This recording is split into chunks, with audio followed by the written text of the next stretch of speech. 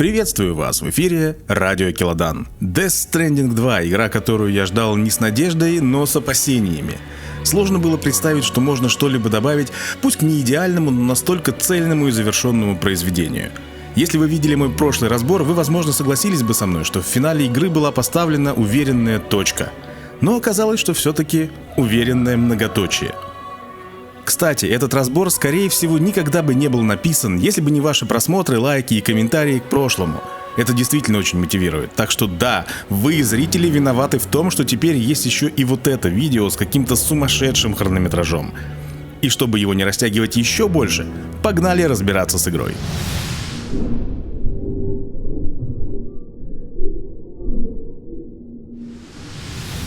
Как и сама игра, этот разбор – прямое продолжение первой части. Следуя за игрой, в разборе я буду лишь надстраивать события и смыслы, а не рассказывать все с самого начала.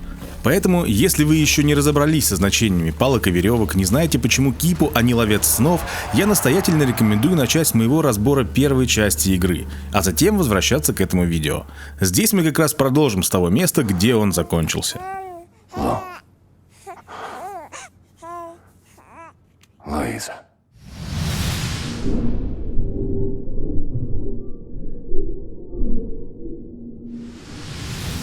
Помимо явлений игры, которые мы уже рассмотрели в прошлом разборе, в этой истории все строится вокруг смолы. И что характерно, однозначного описания, что она из себя представляет, игра до сих пор не дает. В первой части на ней не делалось особого акцента, но здесь она выступает настоящей основой для практически всего происходящего. В прошлом разборе я говорил, что смола — это что-то вроде материи мира мертвых или физическое проявление той стороны в нашем мире. Но, судя по тому, что нам показывают во второй части, дела обстоят немного иначе. Из материалов игры следует, что так называемая смола — это целый первичный бульон, богатый аминокислотами, в котором даже могут зарождаться организмы, называемые в игре хиральными существами. Что? В смоле есть аминокислоты? Как в белках? Конечно. Есть даже гипотеза, что смола своего рода первичный бульон. Также всю игру мы видим, что в смоле можно довольно быстро перемещаться, как это делает, например, Магеллан или Завтра. При этом с помощью смолы можно попасть на берег и обратно. Причем не только на индивидуальные берега, но и на коллективные и особые пространства, на которых обитает, например, Нилвана. А еще от подземных смоляных потоков зависит стабильность работы хиральной сети, что может указывать еще и на ее роль как проводника данных этой самой сети. Моя гипотеза такова, что смола — это некая форма слияния мира мертвых и мира живых. Коридор между мирами, если хотите. Некое ламинальное пространство между жизнью и смертью. Внутри смолы смерть и жизнь неразделимы, и это место присутствия обоих миров сразу. Когда персонажи погружаются в смолу, они становятся ни живыми, ни мертвыми, зависая на этой границе двух миров в неопределенности.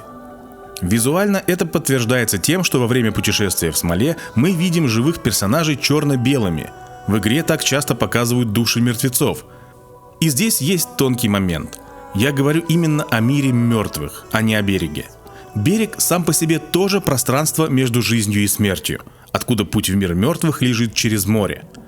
Я рискну предположить, что смола в нашем мире — это то же самое, что морская вода на берегу. По сути, это море, просочившееся в наш мир. Если так, то становится понятно и то, почему, когда Магеллан отправляется на берег, экипаж корабля на время оказывается в воде, и корабль, собственно, всплывает из глубин моря. Это может объяснить и то, как получаются твари, и почему в нашем мире они всегда окружены смолой. Людей, чьи тела не были уничтожены, попадая в море, не уходят в мир мертвых, а как бы проваливаются через него в наш мир, и в итоге так и болтаются между мирами, то проваливаясь в смолу и попадают на берег через море, то погружаются обратно в море и всплывают через смолу в мире живых. И то, почему многие гигантские твари выглядят как морские существа, тоже становится понятным. А процесс превращения тела твари в кристаллы хиралия, вероятно, аналогичен некрозу. Это даже по сути объясняет неожиданный состав смолы. В нашем мире море дало начало жизни, какой мы ее знаем. А море загробного мира породило хиральных существ, появившихся в нашем мире через смолу. Кажется, что напрямую в игре об этом нигде не говорится, но на самом деле есть как минимум один момент, который, как по мне, так полностью подтверждает такие догадки.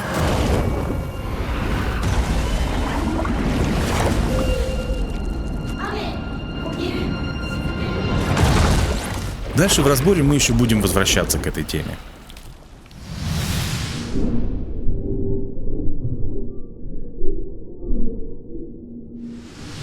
Во второй части игры твари получили классификацию, и теперь их поведение называется даже разумным.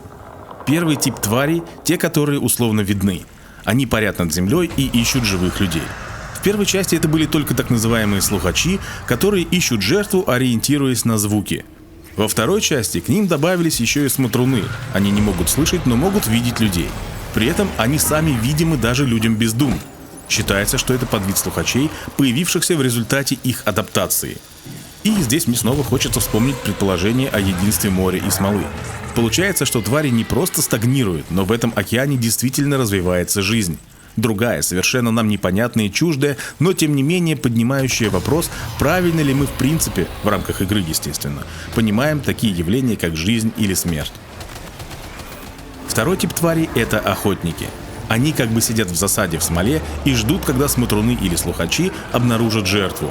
Затем выныривают из смолы, хватают ее и утягивают к ловцу. Ловцы – это третий тип тварей, самые крупные, которые заглатывают жертву, притянутую охотниками. И вот когда ловец поглощает тело живого человека, происходит выплеск пустоты.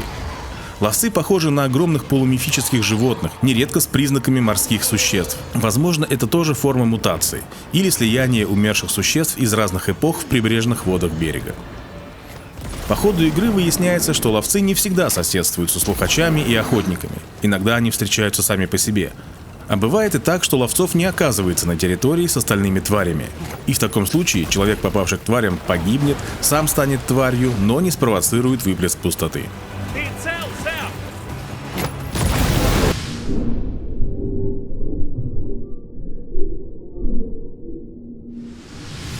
Еще одна аномалия, с которой столкнулись персонажи второй части игры, это синдром некроплода, или синдром некроматери, как он называется в документах игры. Мы слышим о нем в основном в контексте событий, связанных с Тучкой, но его причины и возможные следствия существенны для понимания лора. Когда Сэм знакомится с Тучкой, Тарман впервые рассказывает ему об этой аномалии и говорит, что она вызвана дестабилизацией верхнего берега. Предположительно, это вызвано дисбалансом в самом береге. Тебе наверняка объясняли уже, что существует множество берегов. Мультивселенная, так сказать. И что ими управляет верхний берег на ином плане. Возможно, покрыв хиральной сетью всю территорию UCA, мы непроизвольно нарушили связь с этим берегом. Есть такое мнение. В первой части игры о верхнем береге говорил Хартман, но тогда он называл так берег Амелии, который она сама и закрыла от всех остальных, чтобы остановить последний выход. Если сравнить берега с мультивселенной, похоже, что ее берег расположен на более высоком плане. Представьте себе кровеносную систему, к примеру. Каждый из берегов – это один капилляр, но берег Амелии – это сердце, которое гонит кровь по всем ним. Игра не дает каких-то дополнительных пояснений на эту тему, ну или я их не нашел, поэтому попробую предположить, что же на самом деле здесь происходит. Скорее всего, берег Амелии был не всецело этим самым верхним берегом, а находился в неком слиянии с ним. Амелия, условно, получила права администратора, позволявшие влиять на него. В конце концов, Бриджит, хоть и была фактором вымирания, родилась как человек со своим собственным берегом. В прошлом разборе и уже в этом мы много раз говорили о смерти, но еще ни разу о рождении. Ключевым моментом в развитии плода в мире игры является рубеж с 7 на 8 месяц беременности. Модули ББ тоже были 7-месячными плодами. Поэтому кажется логичным, что на нерожденных детей влияет берег. Это как раз тот момент, когда тело ребенка полностью сформировано, хоть ряд органов еще и не до конца развит. В контексте Death Stranding можно предположить, что именно в этот момент происходит слияние Х, формирующейся в утробе матери, и К, появляющейся на берегу. Это образует новую связь нового человека с его берегом, который также обретает самостоятельное существование. Индивидуальный берег как бы отделяется от верхнего берега, становясь более-менее самостоятельной сущностью, но при этом постоянно сохраняет с ним связь. Чтобы лучше это понять, давайте представим себе океан, с поверхности которого отделяются капли воды и падают обратно, сливаясь с ним воедино. Или, даже лучше, что-то более вязкое, вроде смолы, с поверхности которой поднимаются небольшие капли-частицы. Они не отрываются от нее до конца, а остаются соединены тянущейся ножкой нитью. И, вероятно, похожим образом из верхнего берега происходят индивидуальные берега, оставаясь с ним связанными. Если спросить меня, исчезают ли индивидуальные берега после смерти человека, то я бы ответил да, капля обратно падает в море и сливается с ним. Это и есть загробный мир через единство всех душ в верхнем береге. Но игра не дает однозначного ответа на этот вопрос, поэтому это просто личное мнение, которое в своей метафоре мне нравится красотой и завершенностью. И да, оговорюсь, что никакого прямого отношения к морю, к воде или смоле в игре эта метафора не имеет. Это просто модель, которая помогает мне объяснить, как я себе представляю верхний берег и его отношения с индивидуальными берегами. Для нас имеет значение то, что, похоже, вхождение индивидуальных берегов в хиральную сеть так или иначе изменило их, как если бы такие метафорические капли стали бы более легкими или наоборот более тяжелыми, что стало создавать перекос на верхнем берегу. Пока Амелия была соединена с ним, она могла нивелировать эффект от этого дисбаланса. Это отвечало ее интересам и как Бриджит, и как фактор вымирания. Но после того, как она закрыла свой берег и перестала влиять на верхний, нарушенное равновесие проявило себя, и это стало помехой для формирования новых индивидуальных берегов. Из-за этого младенцы в утробе замирают в развитии, ожидая, когда их берег сможет возникнуть. Чарли говорит, что полное подключение Австралии может помочь восстановить баланс на верхнем берегу. Возможно, он прав, и этого будет достаточно. А может, нужно подключить всех людей на Земле, и тогда индивидуальные берега снова станут одинаковыми. Напомню, что персонажи игры до финальной развязки могут быть неточны в высказываниях и заблуждаться. Это бесячая, но важная особенность обеих частей Death Stranding, которая не в последнюю очередь побудила меня и делать эти разборы. На этом с дополнениями к основной теории лора покончено. Это были важные моменты в контексте этой части игры. А теперь, наконец, давайте разбираться с сюжетом.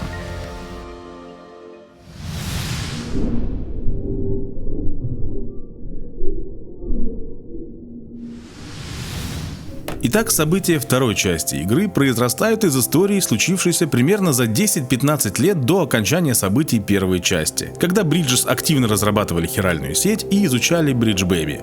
В то время на организацию работал курьер-контрабандист Нил Вана. Он доставлял различную запрещенку из Мексики, включая беременных женщин с мертвым мозгом. Архивы говорят, что Бриджит была против насильственного умерщвления женщин для опытов, но исследовательская группа была не так разборчива, поэтому, вероятно, не все подопытные женщины изначально были мертвы. Такая работа сломала Нила, который, будем честны, никогда не был морально сильным или нравственным человеком, скорее такая типичная вечная жертва обстоятельств. Он пытался уйти, но функционеры Бриджес не позволяли ему этого сделать. В случае отказа вас ждет суровое наказание. Ну и пусть, я больше этим заниматься не буду. А ты думаешь, у тебя есть выбор? Нил! Примерно за 11 лет до начала событий первой части, чтобы справиться с психологическим грузом, его отправляют к штатному психологу Люси, которая параллельно работает в частности с Сэмом Стрэндом. Почти сразу Люси узнает Нила по ожогу на его руке, оставшемся с детства, когда в городе, где они жили, произошла катастрофа. Тогда Люси придавила колонной, и Нил, услышав голоса родителей и испугавшись огромной твари, сбежал вместо того, чтобы помочь девочке.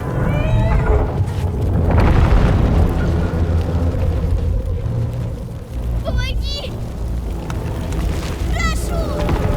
Не бросай меня! Люси злится на него, но вместе с тем они оба рады, что выжили тогда, рады видеть друг друга, и между ними проскакивает искра. И здесь возникает самое главное сюжетное противоречие с первой частью, которое нельзя замять. Мы еще вернемся к нему в третьей части разбора, а пока просто зафиксируем. Люси так и не подала в отставку после самоубийства и возрождения Сэма. Она продолжила работать в Бриджес. При этом Нил появился в ее жизни аккурат в то время, когда она вовсю была погружена в проблему Сэма, что не помешало ей в итоге закрутить роман и с Нилом. Когда она узнала о своей беременности, то решила порвать с Нилом, потому что ребенок от Сэма и вообще она его любит. А Нил был ошибкой, так что теперь может быть свободен. Это не ошибка. Но когда Люси перешла на 8-й месяц беременности, она узнала, что ее ребенок крайне важен для опыта в Бриджес, как ребенок обладателя Дум и первого возвращенца. Поэтому она соврала Сэму, что ребенок не от него, а Нила попросила подыграть, якобы он отец, и помочь ей спасти дочь. Им нужен мой ребенок. Они заберут Лу себе. Нужно сказать всем, что отец ты. Я сказал, не играй со мной. Нил, прошу, помоги защитить Лу. Нил не сразу, но соглашается, хотя в итоге у них ничего не выходит. Служба безопасности Бриджес работает как часы, и беглецов ловят. Нил быстро забывает, ради чего все затевалось, и героически сливает младенца, лишь бы ему отдали Люси.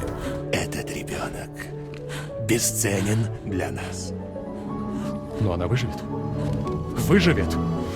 Я даю тебе слово, Нил. Я даю тебе слово. Закономерно все кончается плохо. Обоих беглецов убивают, а Лу извлекает из тела Люси и помещает в капсулу с серийным номером BB-00. К моменту, когда Лу извлекли из тела матери, выясняется, что тело Нила уже подверглось некрозу и стало превращаться в тварь. Персонал поднял тревогу, и началась эвакуация. Немного позже в комплексе появляется Сэм, разыскивая Люси. Он находит ее мертвой и пытается вынести тело. Выйти из здания Сэму так и не удается. Нил уже в качестве твари настигает его, и происходит тот самый выплеск пустоты, после которого Сэм ушел из Бриджес.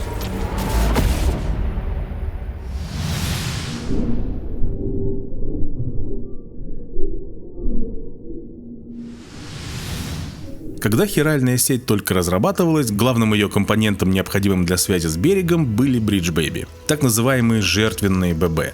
Они отличались от прочих тем, что их связь с матерью обрывалась. Судя по всему, матери умирали или же их убивали. Из-за чего такие ББ были связаны с берегом напрямую, так сказать, без посредников. Существовала гипотеза, что одного особого ББ должно хватить для подключения всей хиральной сети к берегу. По изначальному замыслу был нужен лишь один. Один жертвенный ББ, который позволил бы устанавливать хиральную связь по всему нашему континенту. И из всех кандидатов самым подходящим сочли BB-00. Поэтому Лу и присвоили номер 00. Это как бы и своеобразная точка отсчета координат, нулевой пациент или самый первый элемент из множества. Если Сэм был в принципе в числе самых первых ББ, на которых изучали, что они из себя представляют, то Лу стала первым ББ, который должен был быть положен в основу хиральной сети. Эксперименты с жертвенными ББ проводились следующие 6 лет до старта первой экспедиции Бриджес. При этом параллельно эксплуатировались и обычные Bridge Baby, которые просто помогали людям видеть тварей. К началу экспедиции ученые Бриджес таки определили, что каким бы уникальным ни был BB-00, одного его недостаточно для развертывания всей сети. Для успеха требовалось разместить 9 ББ в ключевых узлах. Поэтому, когда первая экспедиция во главе с Амелией выдвинулась на запад, они взяли с собой 9 капсул, которые разместили, соответственно, в центральном узле, который впоследствии был уничтожен выплеском пустоты, когда Сэм и Игорь пытались отвезти тело самоубийцы в крематорий, столичном узле, портовом, озерном, среднем узле, который до начала экспедиции Сэма уничтожил Хиггс. BB-06 был размещен в южном узле, 7-й младенец в горном, 8-й положен в основу терминала связи хирального узла, который после окончания первой экспедиции был разрушен из-за разлива смолы. Как мы помним, Сэм потом все-таки подключил этот узел, теперь известный как хиральный ретранслятор. И последнего 9-го ББ Сэм лично привез в краевой узел. Собственно, в этот момент ему и открылась вся правда о младенцах в основе хиральной сети.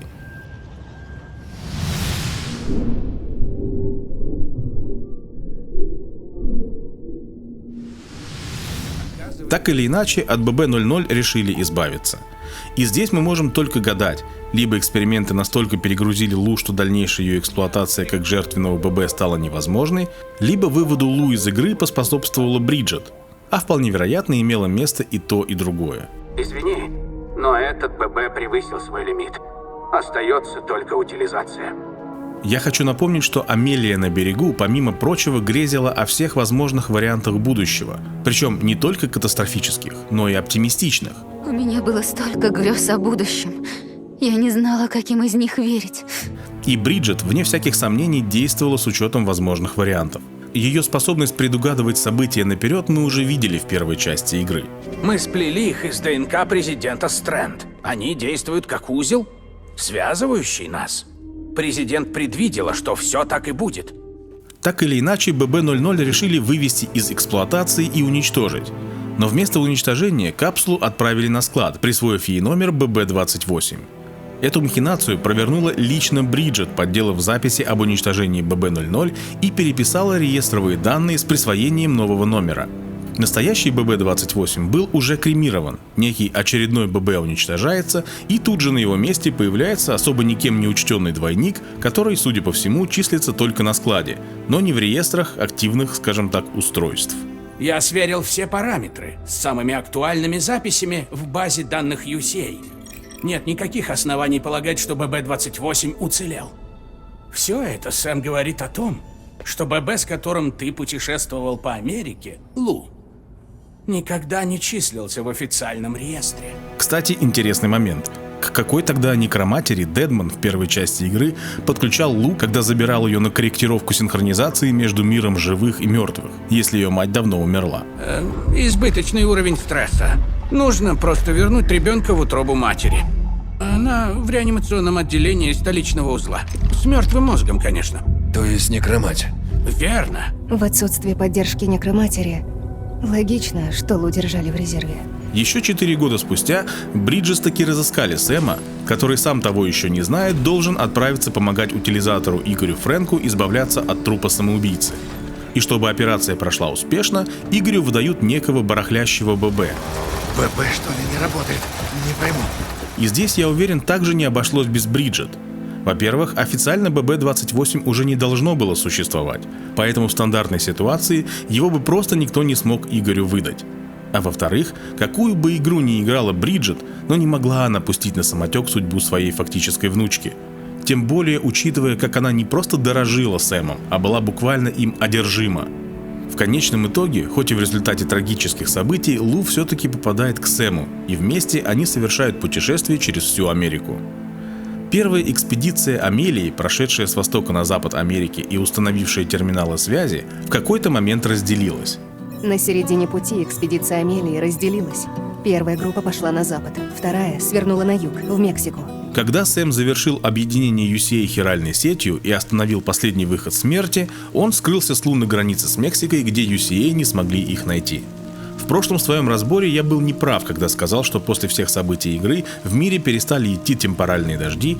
И да, отдельно прошу прощения за хиральные дожди в прошлом разборе.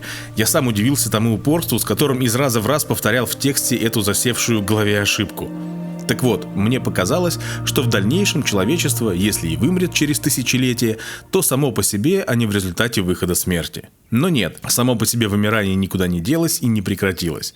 Самоизолировалась только Амелия, фактор вымирания, собиравшийся ускорить этот процесс. Но, к сожалению, выход смерти продолжается. Угроза никуда не делась. Мы на грани вымирания. И ты это понимаешь.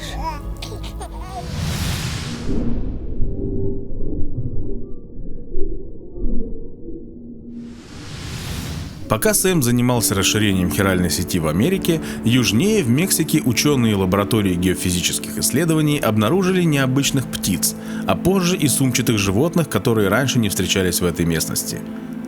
Занявшись изучением этого вопроса, они наткнулись на странную пространственную аномалию – небольшое искажение пространства. Эта аномалия разрасталась по мере роста хиральной сети. Аномалию назвали разломом. Чтобы получить более точные данные, в этот разлом направили беспилотный аппарат, который вернулся с образцами почвы южного полушария. А позже из разлома вышли люди, подтвердившие, что они из Австралии. И если раньше у уцелевших жителей Северной Америки не было никакой возможности узнать, что творится на других континентах, а я напомню, высокая концентрация хиралия в атмосфере блокировала радиоволны и выводила из строя любые летательные аппараты, а загрязненные опять же хиралием океаны разъедали обшивку кораблей, поэтому контакты на расстоянии стали практически невозможными. Работали только примитивные способы связи на коротких дистанциях. Так вот, если раньше никакой возможности узнать, что происходит на других континентах, не было, то теперь UCA получила прямые свидетельства тому, что жизнь уцелела не только в Северной Америке, хотя и выход смерти случился повсеместно.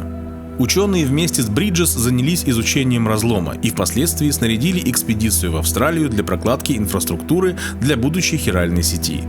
В эту экспедицию, в частности, вошел Хартман.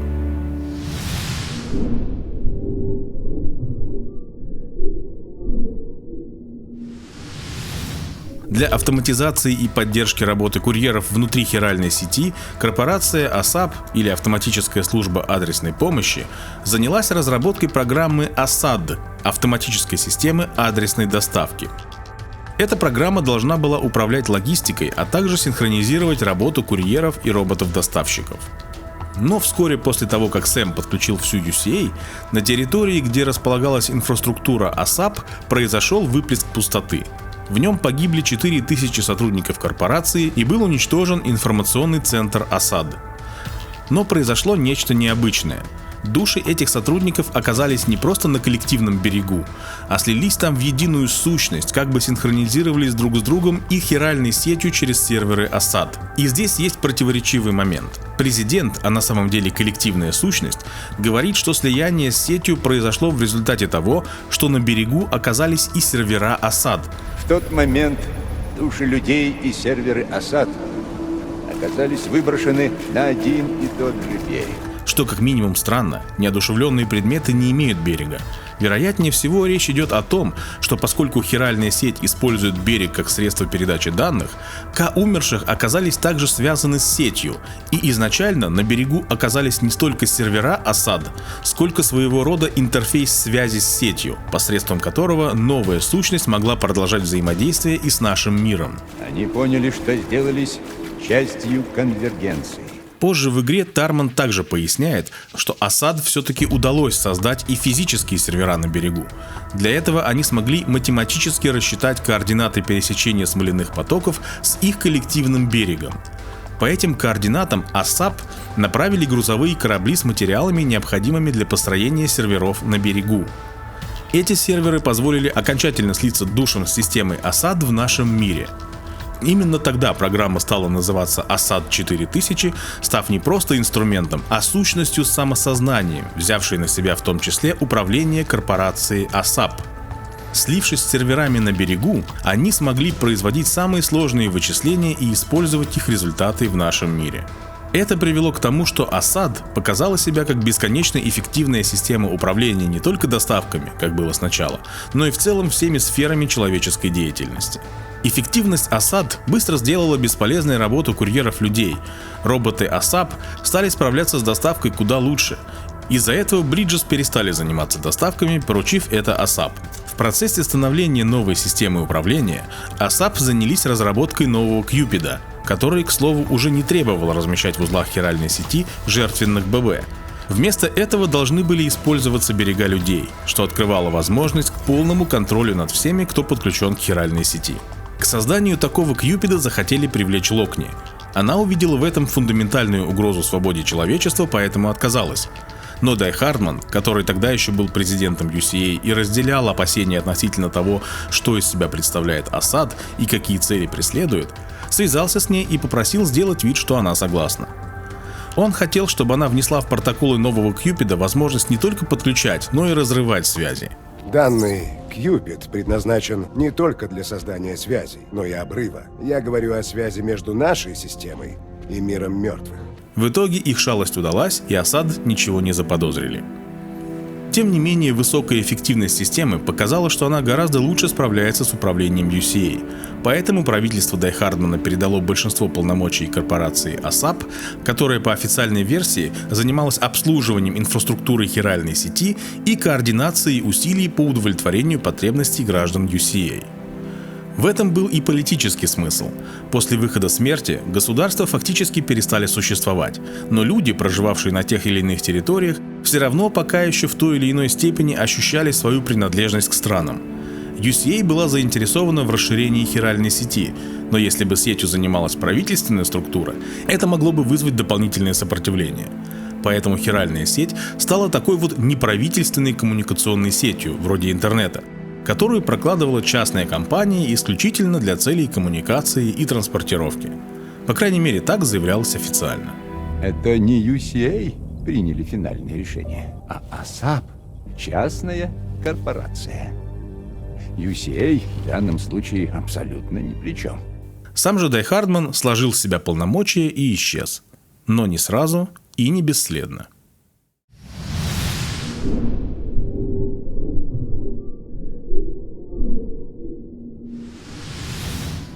Еще во времена экспедиции Bridges по развертыванию хиральной сети на территории UCA врач и ученый-геофизик Тарман занимался исследованием течений смолы. Его корабль-смолоход «Магеллан» был специально спроектирован для передвижения в смоле. Вместе с сыном Тармен на этом корабле занимались охотой на так называемых хиральных животных. Однажды им удалось поймать небольшого кита, которого, судя по всему, они сначала приняли за эту самую мумию 4-го типа, обычное животное, утонувшее в смоле. Но когда сын Тармена прикоснулся к нему, на теле кита остался отпечаток его руки. Слышь, пап, тут что-то странное. И здесь я снова возвращаюсь к неоднозначности понятий жизни и смерти в игре. Возможно, наш мир и мир мертвых своего рода зеркальны друг другу. Хирально-симметричны, если говорить терминами игры. Я напомню, что хиральная симметрия, о ней говорилось в первой части, это почти, но не полностью точное зеркальное соответствие двух объектов друг другу, как левая и правая рука. Если их сложить вместе, они будут почти соответствовать друг другу, но не до конца. Так вот, если эти миры хирально-симметричны, то выходит, что живые существа нашего мира могут являться эдакими тварями для мертвецов. И отпечаток руки, оставленный сыном Тармена на теле кита после прикосновения, на мой взгляд, явно указывает на такое положение дел. Я не фанат СПГС, поэтому и не люблю строить непроверенные теории, но в данном случае, я думаю, мы можем продолжать выдвигать такие предположения, пока они не противоречат всему остальному в игре. Ну и еще, если покопаться в документах первой части игры, можно найти заметку Хартмана «Хиральная симметрия», где есть такой текст. Существует гипотеза, что твари — это отражение нас самих, что мы существуем в одной и той же точке пространства-времени, но наши формы, чем бы они ни были, хиральны по отношению друг к другу. Так вот, когда сын Тармена коснулся кита, его тело начало кристаллизироваться в хиралии. И тут же начался шторм, а из чрева кита на борт Магеллана выползли твари-охотники, схватившие сына и утащившие его за борт. Тармен пытался помочь сыну, но в результате его рука также рассинхронизировалась во времени с остальным телом и осталась в смоле. Когда шторм затих, Тармен обнаружил рядом с собой смоляного котенка с крыльями. Он предположил, что это душа его сына, что, скорее всего, соответствует действительности. Если проанализировать символику и события игры, то похожие крылышки, как украшения, были у Лу, своего рода символ ребенка, чистой души. Также гибель сына Тармена не привела к выплеску пустоты, значит, там не было ловцов, и тело сына просто осталось где-то в смоле. При этом его душа могла переместиться в любое другое вместилище, как это случилось, например, с Долманом, о котором мы поговорим дальше. И таким сосудом вполне могло стать хиральное животное, в данном случае криповатая кисонька. Несмотря на то, что руку Тармена отсекло смолой, тело сохранило с ней связь. Тармен научился при помощи своей отсутствующей руки чувствовать смоляные течения, и это помогло ему лучше управлять Магелланом. После того, как Сэм завершил объединение UCA и скрылся, а Асад 4000 начал завоевывать влияние на континенте, Дай Хардман, старый друг Тармена, связался с ним, и вместе они принялись модернизировать Магеллан с целью превратить его в настоящую передвижную базу, где в частности мог бы укрыться Дай Хардман и продолжать наблюдение за АСАП и дальнейшим расширением хиральной сети. Первый и последний президент был также заинтересован в том, чтобы соединить хиральной сетью всю планету, но не для того, чтобы превратить ее в новую паутину, инструмент контроля над людьми, а создать связь, которая бы объединяла людей и служила их интересам. Кипу, а не паутина. Необходимые ресурсы для переоснастки Магеллана Дай Хардман проводил сложными схемами со счетов Бриджес, по сути используя свое служебное положение. Но несмотря на все меры предосторожности, полностью скрыть природу этих операций ему не удалось. Впрочем, это ни на что особо не повлияло. Когда обновленный Магеллан был готов к работе, Дай Хардман ушел с поста президента UCA и скрылся в теневом кабинете Магеллана, создав себе альтер-эго Чарли, эдакого анонимного спонсора будущей компании.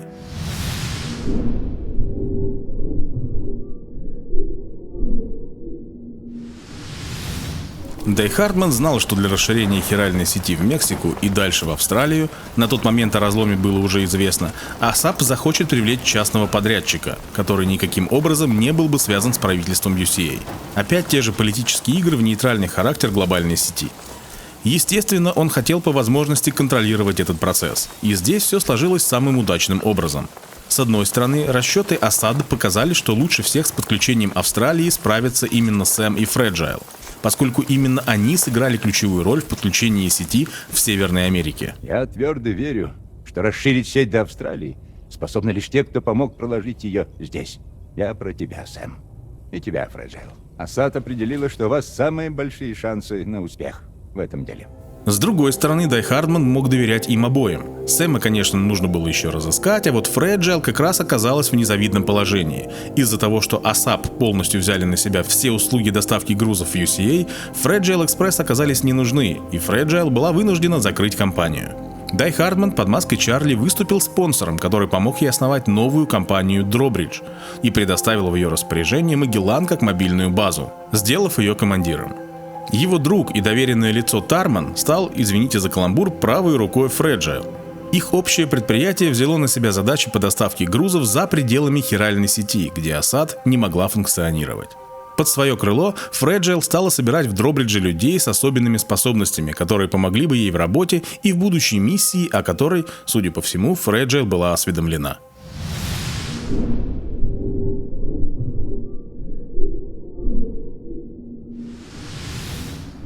Одним из таких особенных людей был ясновидящий, известный в игре как Долман.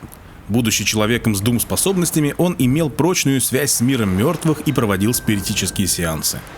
Его жена работала в изоляторе, который был уничтожен смоляным цунами, образовавшимся в результате сильной разломной бури. Все до единого погибли. Пациенты, врачи и моя жена. Разломные бури стали возникать как результат того, что через разлом, образовавшийся в Мексике, проходили люди или твари.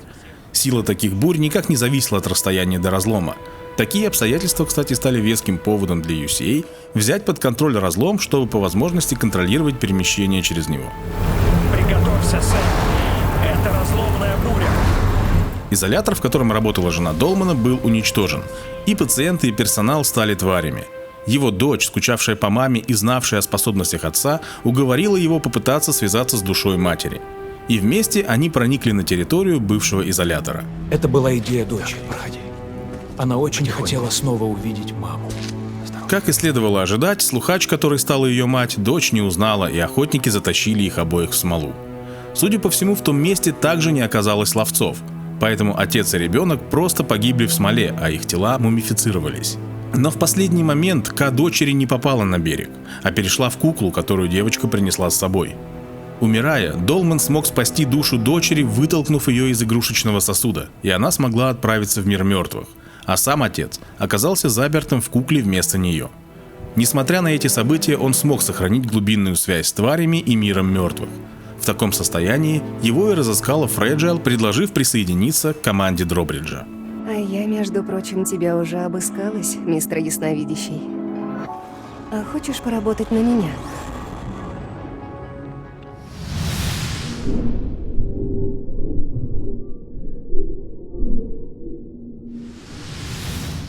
Еще одним членом экипажа с экстраординарными способностями стала Тучка. Ее Doom-мутация, помимо ее собственной воли, вызывала сильный темпоральный дождь вокруг нее, когда Тучка выходила на открытую местность. Из-за этой способности девушка нигде не могла найти себе пристанище. От нее отреклись даже родители. Куда бы она ни шла, люди боялись ее и изгоняли.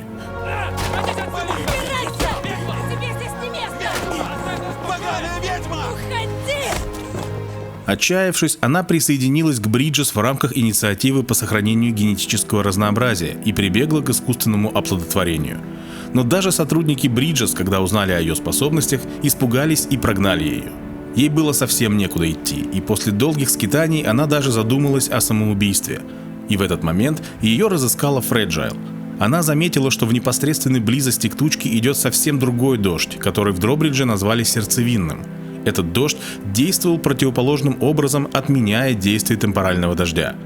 Он исцелял животных и людей и восстанавливал поврежденные предметы. Именно Тучка помогла Фреджайл исцелить ее кожу, состаренную темпоральным дождем в результате издевательств Хиггса. Фреджайл предложила Тучке тоже присоединиться к Дробриджу, подарив ей новый дом и новую семью. Я помогу тебе.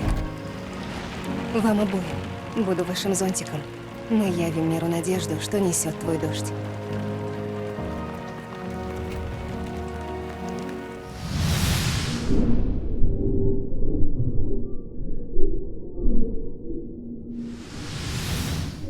После событий первой части игры Дедману не давала покоя история его искусственного происхождения.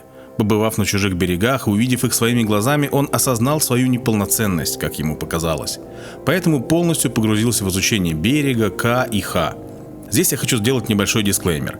Несмотря на то, что наши локализаторы почему-то с завидным упорством называют тело Га, возможно, пошли по пути перевода с английского, вроде Гарольд, Генри или героизм, но правильно все-таки говорить Ха, не только потому, что так оно звучит в английской версии,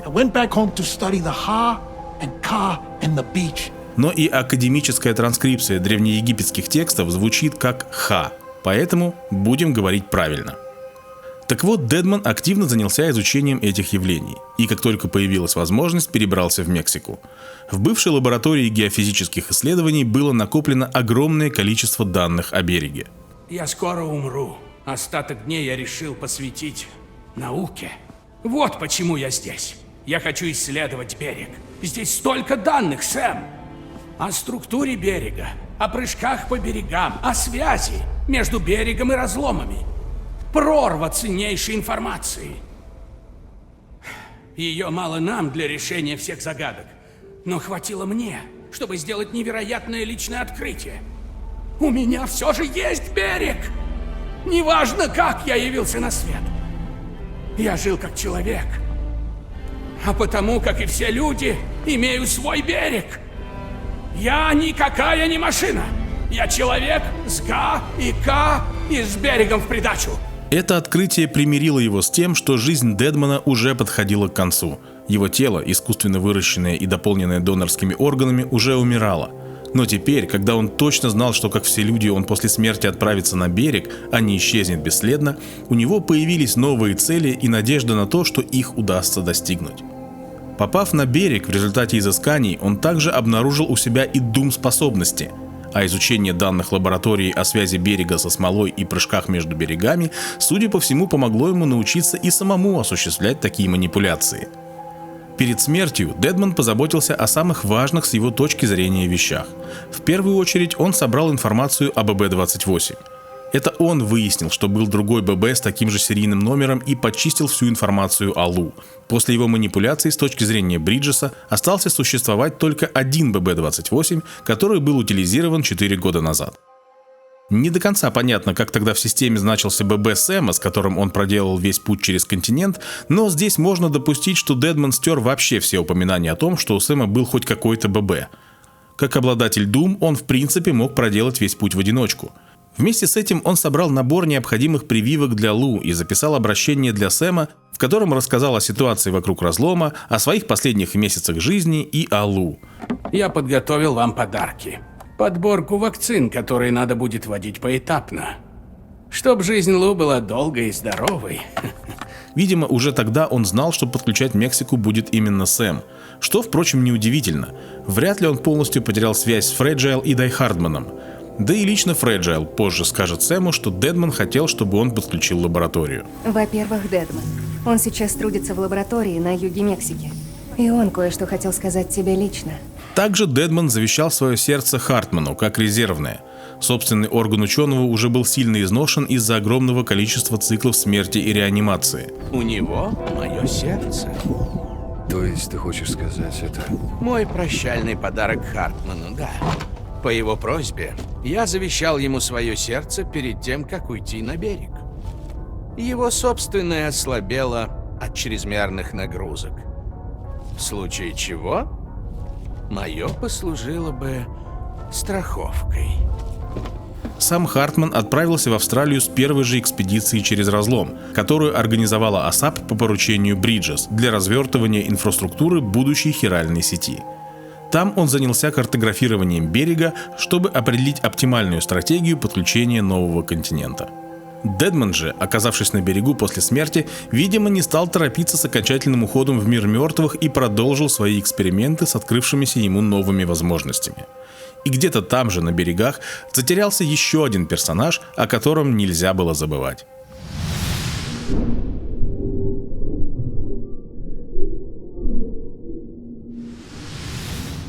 После финальной схватки с Сэмом в первой части, Фреджайл решила, что берег станет для Хиггса лучшей тюрьмой из возможных, не слишком дальновидно отринув идею, например, отдать его под стражу в нашем мире. Учитывая, что время на берегу течет намного быстрее, в своем заточении Хиггс провел десятки тысяч лет. Один. И это не слишком улучшило его характер. Одиночество. Десятки тысяч лет сплошных скитаний. Нет тебя, Фреджа, Амели, никого. Это было невыносимо. Понятно, что всю эту вечность по человеческим меркам все его помыслы в конечном итоге замкнулись на 3 людях, из-за которых он оказался в этой ситуации. Хикс обезумел задолго до заточения на берегу, поэтому раскаяние ему не грозило. Напротив, он возненавидел всю троицу и тысячелетиями варил эти чувства в себе. При этом он не пересмотрел и своих взглядов на необходимость последнего выхода и вымирания человечества. О, да. Добиться последнего выхода. Но теперь взаправду. Но ведь в самом деле, в чем смысл этого кладбища, а? Людям давно пора вымереть. Кануть в забвение. Правда, и возможности выбраться с берега он тоже не находил. Сжигаемый ненавистью и бессилием, в конце концов он уже был готов сдаться и умереть, благо такой выход у него был всегда. Но случилось иначе. Души Асад разыскали его для выполнения черной работы в своих интересах. Асад действовал в логике, справедливой для существа, лишенного физического тела. Существование души может продолжаться бесконечно. Они сами так существовали, и это существование было для них вполне осязаемым и приемлемым. А если учесть, что других вариантов у них не было, кроме окончательной смерти, они очень быстро оценили все преимущества бестелесного бытия. Нет тела, нет смерти, и есть вечная жизнь. Мы вывели идеальную стратегию. Это привело их к идее создания хиральной вселенной, в которой все люди должны стать частью хиральной сети. При этом их тела должны были быть умерщвлены, а души продолжили бы общее существование внутри единой вселенной, образованной хиральной сетью и Асад. Эдакий Сан-Джуниперо в пределе.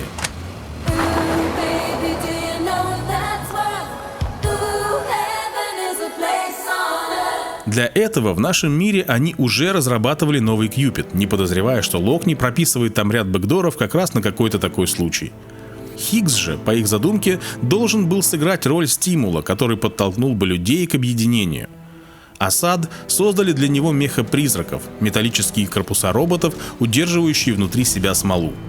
Они также научили Хикса использовать их через связь смолы с берегом. А точнее, если наши предположения о природе смолы верны, то воды океана на берегу послужили проводником такой связи.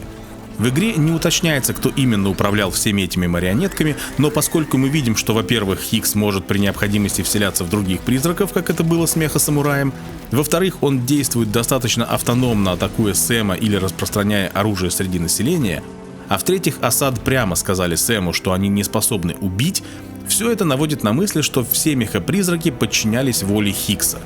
Хотя, конечно, не обязательно. Асад вполне могли задействовать мощности системы, чтобы все эти куклы работали и делали то, что от них требуется. А Хикс только командовал ими.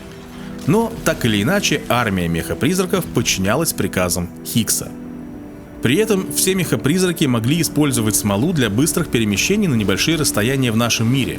Для Хикса даже сделали специальное механическое тело, чтобы он мог почти по-настоящему присутствовать в мире живых. Подозреваю, что это было его требование. Как мы видим в игре, его мехотело отличается от остальных, скажем так, более расширенным функционалом. Например, может совершать прыжки и достраивать с помощью голограммы лицо кукловода.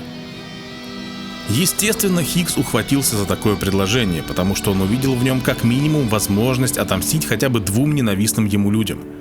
Позже, по мере того, как он входил во вкус, его цели стали меняться и расти в масштабах. Но об этом мы поговорим немного позже. Я хочу отметить, что по своей сути Хикс — это персонаж-трикстер. В мифологии такие персонажи призваны быть катализаторами перемен через хаос, слом правил и интриги. Обман, притворство, игра за многие стороны при приверженности своим целям — их основные инструменты. Вы все хорошо знаете персонажей этого архетипа. Локи, Джокер, Тайлер Дёрден в бойцовском клубе — типичные представители персонажей-трикстеров. Даже сам Кодзима в своей работе часто действует как трикстер, и это особенно заметно в этой части игры. Но это тема для отдельной дискуссии. Здесь я акцентирую на этом внимание для того, чтобы кажущееся порой нелогичным, переменчивым или запутанным поведение Хикса не вызывало удивлений. Он по своей сути стихия, импровизация его конек, но в душе он всегда остается верен своим изначальным целям. Он хочет мести, и он хочет добиться последнего выхода. даже если в моменте не видит для этого никакой возможности. Но как только она появится, он обязательно за нее ухватится. И теперь мы наконец переходим непосредственно к событиям игры.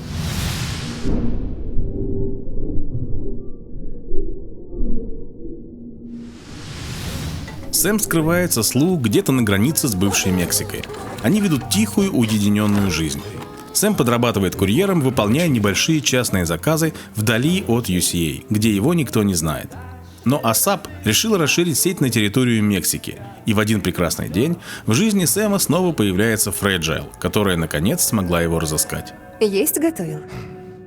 Дробриджу, как частной организации, поручили подключить узлы связи на этой территории, и Фреджайл смогла договориться, что если Сэм согласится в этом поучаствовать, Бриджес и UCA откажутся от его преследования и закроют дело. Возьмешься, из твоего досье сотрут все упоминания о побеге из Бриджеса.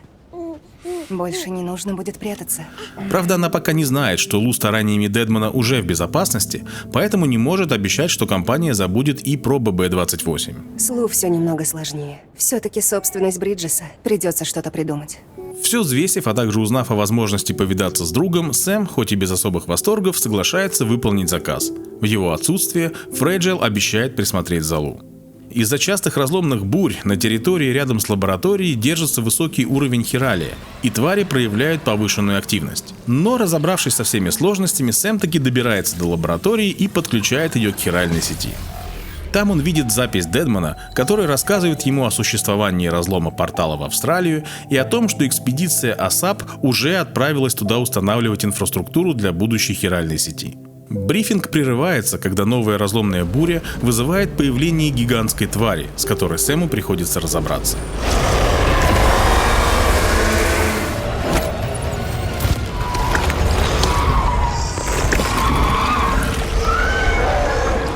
Вернувшись в лабораторию, Сэм, помимо всего прочего, узнает две важнейшие новости для себя. Хорошую и плохую, как говорится. С одной стороны, Дедман сообщает, что Бриджес больше не будет преследовать Лу. А с другой, сам Дедман уже умер и отправился на берег. Тем не менее, Сэму остается порадоваться хотя бы тому, что его друг все-таки не просто исчез, а смог уйти на ту сторону. Я ухожу на берег, Сэм. На свой берег. Удачи тебе.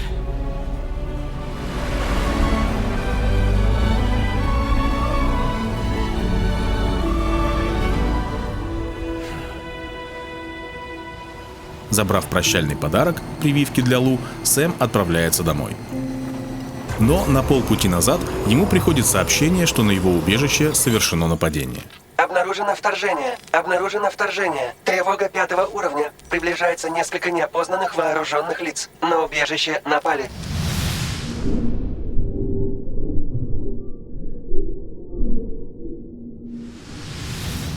Хикс, видимо, смог разыскать Фреджайл, а отследив ее, вышел и на убежище Сэма. Выждав, пока Сэм подключит Мексику, что было необходимо Асад, он нанес свой первый удар. Чтобы задержать Сэма в пути, он послал на его перехват небольшую группу меха-призраков, а сам атаковал его жилище, где в тот момент находились Фреджайл и Лу.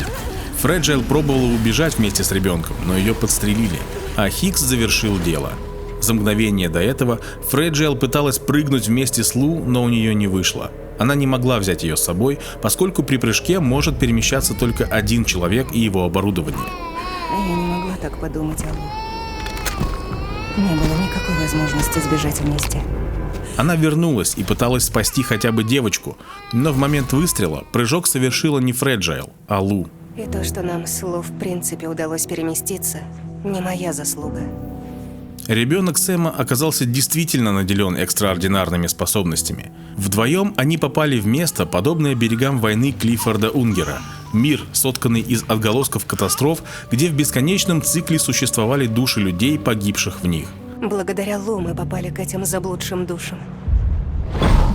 Хикс выстрелил Фреджайл в момент прыжка. Ее К и Х разделились, но тело, притянутое обратно миром, к которому оно все еще принадлежало, рассинхронизировалось с душой, которая должна была отправиться на берег. Перед уходом она передала Лу погибшим людям, обитавшим в этом коллективном аду. В тот момент мне казалось, что с ними безопаснее, чем со мной. Поэтому я оставила Лу на их попечение. Туда же затянула и душу Нила Ваны. После того, как он спровоцировал выплеск пустоты, столкнувшись с Сэмом, Нил после смерти долгое время болтался в водах между мирами, и плач Лу, как зов его последнего долга, который он пока так и не смог выплатить, притянул его к ней. Как Клиффорд Унгер не мог окончательно уйти в мир мертвых, всем своим существом чувствуя вину за то, что он не защитил своего ребенка, так и Нил Вана не смог совершить этот переход. Обещание, которое он дал Люси, защитить ее ребенка, оказалось для него важнее его самого. И теперь, наконец, ему предоставилась возможность его исполнить. За собой в это чистилище Нил притащил и эхо трагедий своей жизни, но об этом мы поговорим позднее. В тот момент, когда он наконец встретился с девочкой, он взял на себя роль ее охранника, следуя за ней, обучая и оберегая от всего, что могло ей навредить. Но возвращаемся в наш мир. Хикс только что застрелил Фреджайл, а Сэм столкнулся с небольшим отрядом, отправленным, чтобы его задержать. Внезапно появляется еще один меха-призрак, похожий на самурая. Сэм еще долго не узнает, что его контролирует Дедман, судя по всему, неплохо освоившийся с возможностями берега и угнавший вполне себе продвинутую, даже уникальную призрачную оболочку. По крайней мере, второй такой мы в игре не видим. Можно предположить, что она также разрабатывалась специально для Хикса, поскольку тоже может визуализировать лицо оператора и совершать прыжки. Но это не точно. Дедман-самурай с легкостью расправляется с небольшим отрядом роботов и удаляется.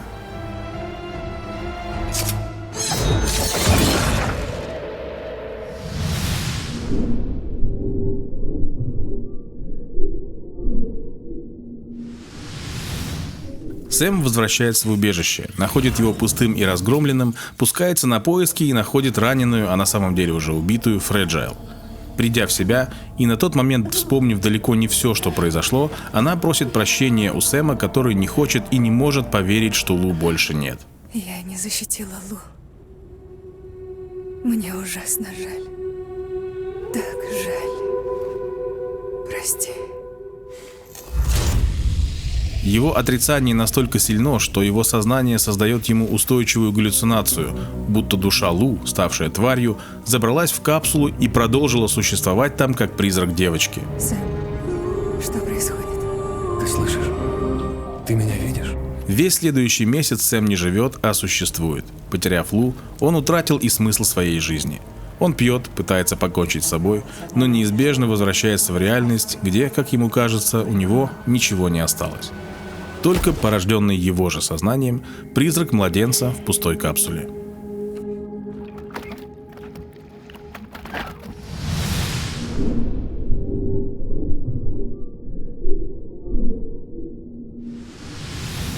Но к нему снова приходит Фреджайл.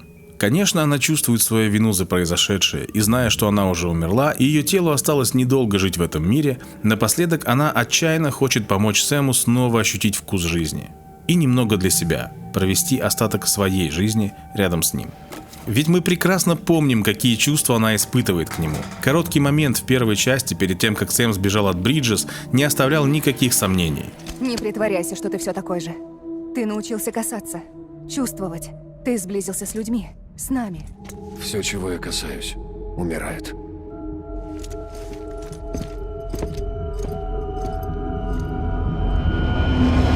Сэм! Вернуть Сэма к жизни – ее сильнейшее желание, позволяющее ей задержаться. Так же, как и желание Клиффорда спасти сына, как и желание Нила защитить Лу. Она предлагает ему отправиться в новое путешествие с командой Дробриджа, стать нужным, почувствовать себя частью семьи, где есть люди, которым он не безразличен. Познакомься с моей командой. Пришло время отправиться в новое путешествие. На корабле Сэм знакомится с первыми членами экипажа – Тарманом и Долманом. Последний чуть было сходу не сболтнул, что в капсуле никого нет, но Фреджайл просит экипаж пока что подыграть Сэму, надеясь, что в процессе путешествия он сам сможет смириться с утратой. Сэм, в капсуле не... Сама Фреджайл теперь курит. При этом то, как она обращается с сигаретой, например, поджигает ее от искры, это происходит гораздо позже, очень похоже на то, как это делал Клиффорд. Долман предполагает, что она так себя наказывает, испытывая чувство вины. Возможно. Но вообще сигарета здесь символ смерти и признак того, что Фреджайл уже мертва. И да, в конце курит завтра. но она курит в момент, когда рассуждает о смерти. Смерти нас не разлучить. А потом мы видим, как она играючи управляется с этой смертью, сжигая сигарету за 1 секунду. Пока Магеллан плывет в смоле к разлому, Сэму рассказывают суть предстоящей миссии – подключить к хиральной сети всю Австралию. Магеллан, как передвижная база, будет следовать за ним по мере расширения сети и оказывать всю необходимую поддержку. Заметно, что Фреджел всячески дает понять Сэму, что он не один. Она убеждает его взять с собой в путь и Долмана. С одной стороны, он какой-никакой компаньон и может оказать моральную поддержку, чтобы Сэму не пришлось бродить в одиночестве. А с другой, об этом игрок узнает значительно позже, у Долмана сильный дум-способности, поэтому он сможет подключиться к Адродеку и заменить Сэму ББ. Остается только гадать, как бы подкосило Сэма то, что подключение к капсуле никаким образом не сработало, если бы он отказался от компании Долмана. Также похоже, что именно способности Долмана, как бывшего медиума, стали вызывать у Сэма видения из прошлого Нила Ваны. Сэм не утратил связь с Лу, более того, их связь была самой прочной из всех, что у него существовали. И Долман, неожиданно для себя, выступил мостом от Сэма к Нилу, как к текущему приемному отцу девочки, хоть и на той стороне. Это что такое было? Ты что, тоже видел? Скажем так, ничего нового. Когда я подключаю капсулу, всегда так. Эффект протечки, когда воспоминания ББ сливаются с твоими. Хотя тут все немного иначе, конечно. Мне что, опять придется это терпеть? И да, Долман протянул связь не к Лу, а именно к Нилу. Почему? Вероятно, потому, что Долман всю жизнь ментально был прочно связан с тварями и миром мертвых. Об этом прямо говорится в документах игры. А Нил остался единственным, кто, будучи мертвым, все-таки еще не ушел в прошлое и остался в пределах досягаемости его способностей.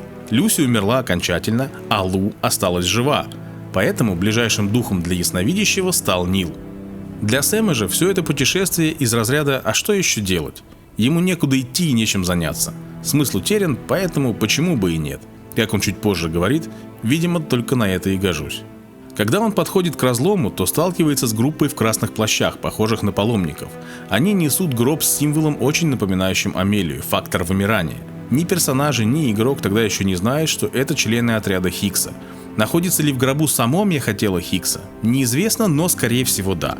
Несмотря на то, что Асад без проблем построил заводы по печати мехапризраков и оружия в Австралии вне покрытия хиральной сети и использовал только смолу для передачи данных, сами механические тела, скорее всего, не могли перемещаться на большие расстояния в смоле и уж тем более перемещаться между континентами.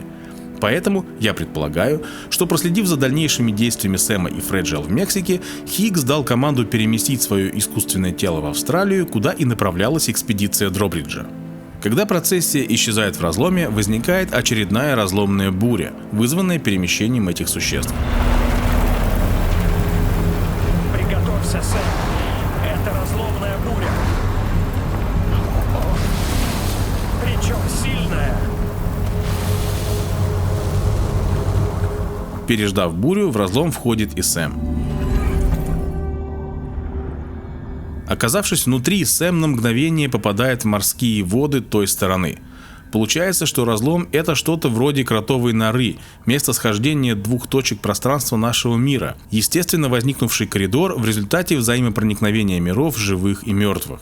Продвигаясь внутри этого коридора, Сэм видит 5 фигур. Мы уже видели подобное в первой части игры на берегу Сэма. Люди, с которыми у него была прочная связь. Фреджел, Дедман, Хартман, Локни и Дай Хардман. Тогда они разыскивали его, и Сэм увидел их силуэты перед тем, как они смогли вызволить его с берега. Я сомневаюсь, что силуэты в разломе относятся к тем же самым людям, но визуально они служат подсказкой к природе разлома. А вот как минимум центральный силуэт точно принадлежит Фреджел.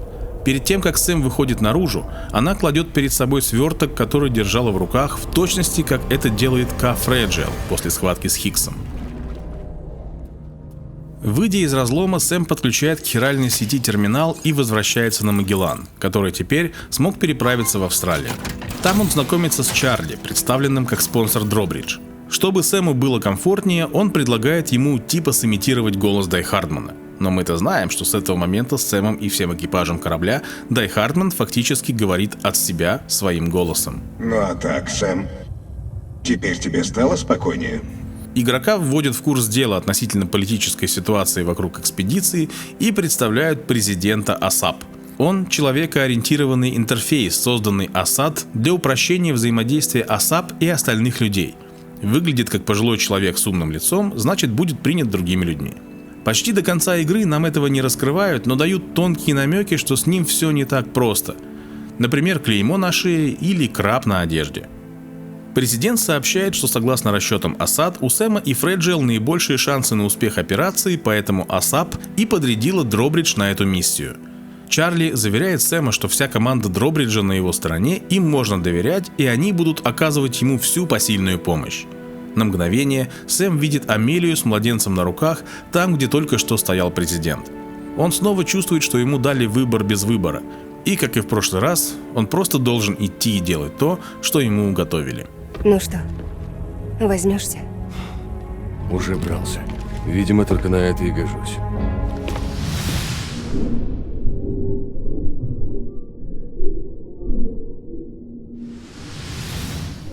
Сэм отправляется в путь к первому ближайшему от разлома узлу убежищу правительства. Это местная администрация, возникшая после выхода смерти. Их глава, старина Оз, рассказывает Сэму о том, что с началом подключения UCA в Австралии стали усиливаться природные катаклизмы, выросло хиральное загрязнение и поверхность стали наводнять твари. Рост хиральной сети вызывает нестабильность за ее пределами, и раз уж она так необходима для будущего человечества, нужно подключить всю Австралию, чтобы обстановка на континенте худо-бедно стабилизировалась. Однако часть жителей, не имевших возможности оценить достоинство сети, увидели простую закономерность. К ним пришла экспедиция АСАП, и ситуация вокруг стала ухудшаться. Они стали объединяться в группировки, назвавшиеся рейдерами, которые решили оказывать сопротивление расширению сети, полагая, что это только усугубит ситуацию. Но главная наша проблема – это все-таки рейдеры. Им притят новые технологии, например, хиральная сеть. От штаба правительства Сэм отправляется в западную экологическую обсерваторию, освобождает ее территорию от рейдеров, которые захватили ее, и подключает объект. Здесь примечателен еще один момент – оговорка Фреджиэл, дающая игроку намек на то, что Лу в капсуле нет. Сходи в свою каюту и отдохни. Думаю, вы оба устали. И ты, и Долман. Сэм не обращает на это внимания, но игрок как бы должен. Она бы ни за что не отнеслась к Лу, как к вещи, которая не смогла устать от приключений, свалившихся на их головы. Но взять с собой можно было только оборудование. А я не могла так подумать о Лу. Пока Сэм отдыхал, Тарман обнаружил неподалеку лагерь рейдеров, в котором работало неизвестное устройство, нарушающее течение смоляных потоков. Сэм уничтожает это устройство и передает данные Тарману. Тот выясняет, что это некий хиральный глушитель, который перемешивает смолу в области вокруг себя. После этого Сэм отправляется к западному форту, который тоже нужно подключить. Ему сообщают, что там произошло извержение смолы и были замечены существа в красных мантиях. Перед его началом очевидцы наблюдали группу фигур в красных одеждах и неопознанную массу черного цвета. И там Сэм наконец встречается с Хиггсом. Ну, конечно, не с ним самим, а с его меха-аватаром, но ни Сэм, ни игрок пока этого не знают. Хотя, если знать сюжет, понятно, что Хиггс даже не издевается, а прямо об этом говорит. Но в рамках сюжетного развития событий это такая шутка и издевка, понятная только ему одному. Давно не виделись, Сэм. Какого хрена ты все еще жив? О, нет, я просто призрак. Здесь же Хиггс говорит и о смерти Лу, прямо указывая на то, что капсула на груди Сэма бесполезна. Значит, малютка того. Чертовски жаль. Так ты теперь, значит, таскаешь с собой этот гробик? Прости, капсулу. Просто для красоты. Как трогательно! Хоть ты и вообще ни черта не знаешь про Лу. А вот фраза про то, что Сэм ни черта не знает про Лу, хоть и является правдой по своей сути, вряд ли говорит о том, что Хиггс знает намного больше. Конечно, есть шанс, что Асад сообщили ему то, что Лу — это дочь Сэма, потому что Асад возникли до того, как Дедман удалил всю информацию, а значит могли и наверняка изучили все архивы Бриджес. Сама фраза Хиггса была направлена на то, чтобы унизить Сэма и обречь его на поиски, отвлекающие от основной миссии. Его любые терзания и сомнения — это частичка мести Хиггса, ведь он не может его убить, поэтому должен заставить страдать. Пусть я никак не могу тебя убить, но ты можешь потерять все, чем дорожишь. Здесь же Хикс хочет выбить еще одну основу из-под ног Сэма, пытаясь взять реванш и доказать, что в мире людей веревка все еще не победила палку. И кто же, по-твоему, одержит верх, Сэм? Ты? Со своей дурацкой сетью? Или я? С моими бесцеремонными методами? И пусть это вполне укладывается в стратегию противодействия, разработанной Асад, пока это совпадает с планами Хикса мстить Сэму, отнимая у него все, что он любит и во что верит, Хикса это устраивает. Он призывает огромного меха-призрака, с которым Сэм вынужден сражаться и обречен победить. Просто старая добрая дуэль.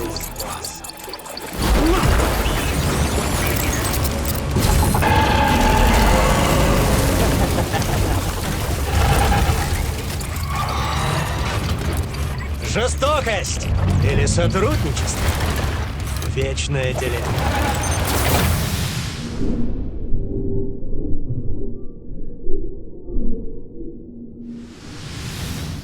После подключения западного форта туда переносится Магеллан, и Фреджайл узнает, что Хикс вернулся.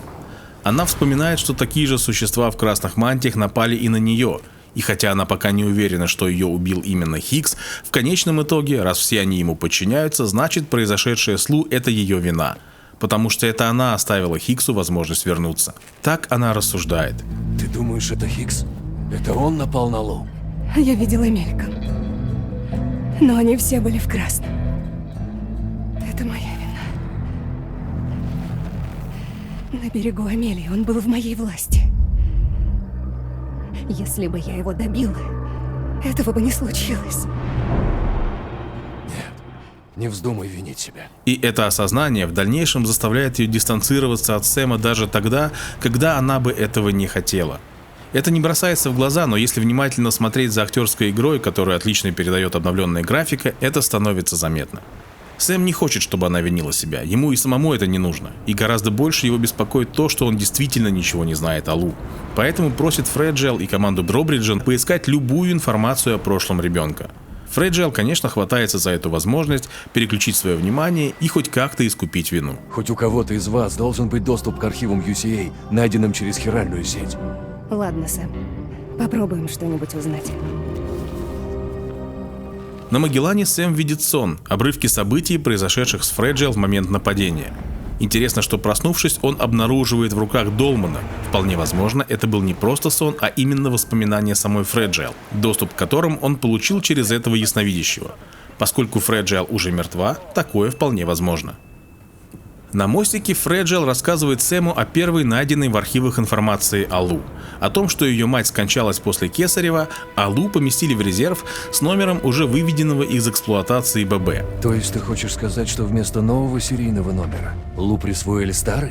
И здесь получается нестыковка. Неужели Дедман настолько плохо почистил всю информацию об этой подмене, что даже подключившиеся извне люди смогли такое раскопать? Я сказал тебе в Мексике, что кто-то подделал записи ББ-28. Но по правде, это я постарался, чтобы не осталось никаких упоминаний о втором ББ-28 и о Лу. И здесь такое дело. Дедман не перестал участвовать в жизни друзей после смерти. Недавно он уже помог Сэму расправиться с отрядом меха-призраков, а когда узнал о случившемся с Лу и о том, что Сэм занялся поиском информации о прошлом дочери, он подключился к серверам Бриджес с берега. И тогда я решил подключиться к серверам самого берега. Там защита не такая строгая. Это я раскопал информацию о прошлом Лу. Да, звучит странно, но если вспомнить, что берег фактически является каналом связи хиральной сети, то врезаться в него при должных навыках вполне себе идея в духе шпионских сюжетов. И если он смог подключиться к трафику, то вполне мог подсунуть Фреджайл и компании фрагменты той информации, которую он уже сам раскопал и тщательно скрыл от Бриджес. А экипаж Дробриджа подмены не заметил. Притянуто? Да, притянуто. Но в этой части разбора я ищу способы не разрушить повествование игры подобными мелочами, а найти логически приемлемые объяснения кажущимся нестыковкам. Все, что сообщает Фреджайл, Сэм и так уже знает, поэтому просит искать дальше. А Фреджайл указывает ему, что он повелся на провокации Хикса. Хикс сказал, что я многого не знаю. Может, это он и имел в виду? Вполне возможно. Я хочу знать про Лу все. Ты играешь в его игру. Гоняешься за прошлым, а он ровно того и хочет.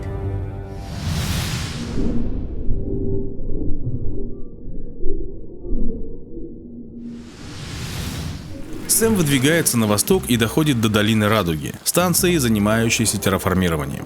Они пытаются восстановить земли, пострадавшие от выхода смерти и темпоральных дождей, в чем им последнее время активно помогала Тучка, поселившаяся в убежище по соседству. Сэм отправляется к ней и приводит обратно на Магеллан. Он узнает, что у Тучки также синдром некроплода, и, соответственно, их миссия может помочь решить и эту проблему, с которой столкнулись многие женщины после событий в UCA. Я не могу дать конкретного ответа, но могу сказать, что план расширить сеть за счет территории Австралии, сделать ее мировой, также призван помочь восстановить баланс на верхнем берегу. И, возможно, таким образом мы искореним синдром некроплода. Далее он направляется в Северную экологическую обсерваторию. После ее подключения Тарман сообщает ему о новых возмущениях в смоляных течениях и просит посмотреть, что их вызвало. Источник этой аномалии находится совсем рядом с Сэмом. На указанном месте тот обнаруживает смолопад – огромный поток смолы, вырвавшийся из-под земли. В образованной им смоляной стене он внезапно видит себя же, только в молодости, когда он еще работал в Бриджес. Его отражение им недовольно, и Сэма затягивает в толщу смолы. Берегись!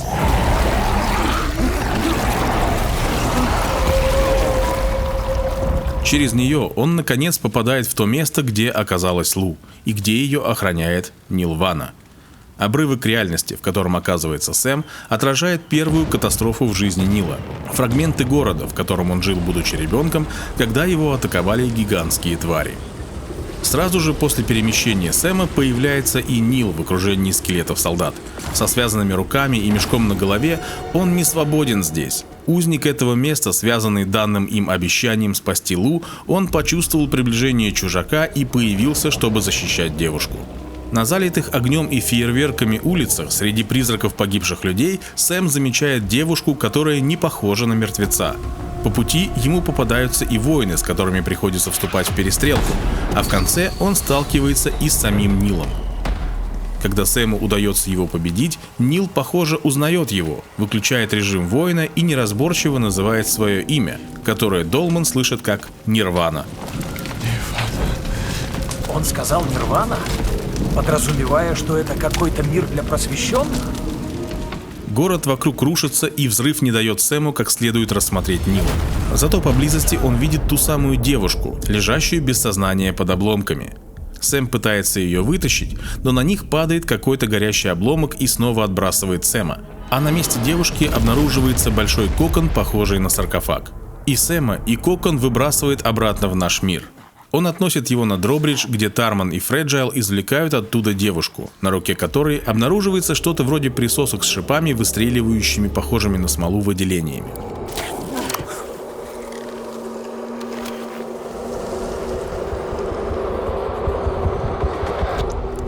Правда, Тарман считает эти присоски одной из форм проявления хиральной сыпи. Он также акцентирует внимание на коконе и жидкости, которая из него вытекла. Он не знает, что это такое, и это его беспокоит. Выясняется, что девушка полностью здорова, хоть и была найдена в мире мертвых. Фреджайл дает ей имя Завтра.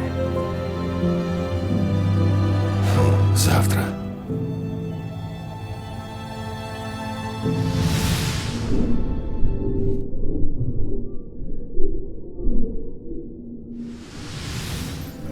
Чарли рассказывает Сэму, что смола после извержения вынесла на поверхность огромное количество оружия и брони, а также, возможно, еще и бомбы вроде тех, которыми подрывают грунт. Все это быстро освоили рейдеры с базы неподалеку, и Сэма просят стащить это оружие и бомбы, передав правильным ребятам.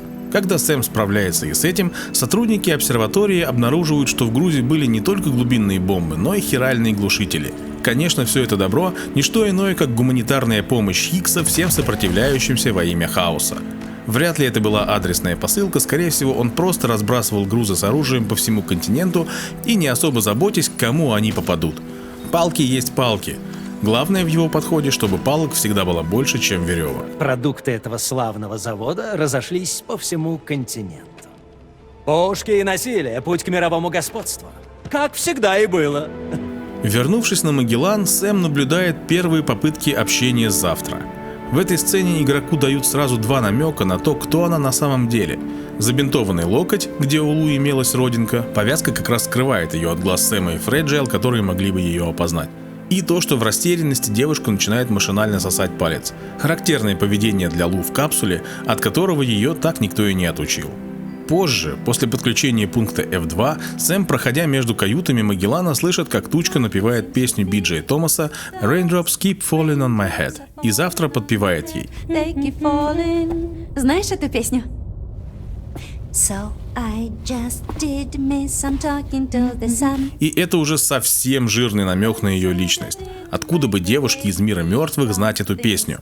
А судя по всему, в доме Сэма она играла довольно часто, судя по тому, что музыку он слушал с винила. Сэм в этот момент даже не может удержаться и в конце подпевает, но, смущаясь, уходит. Готово.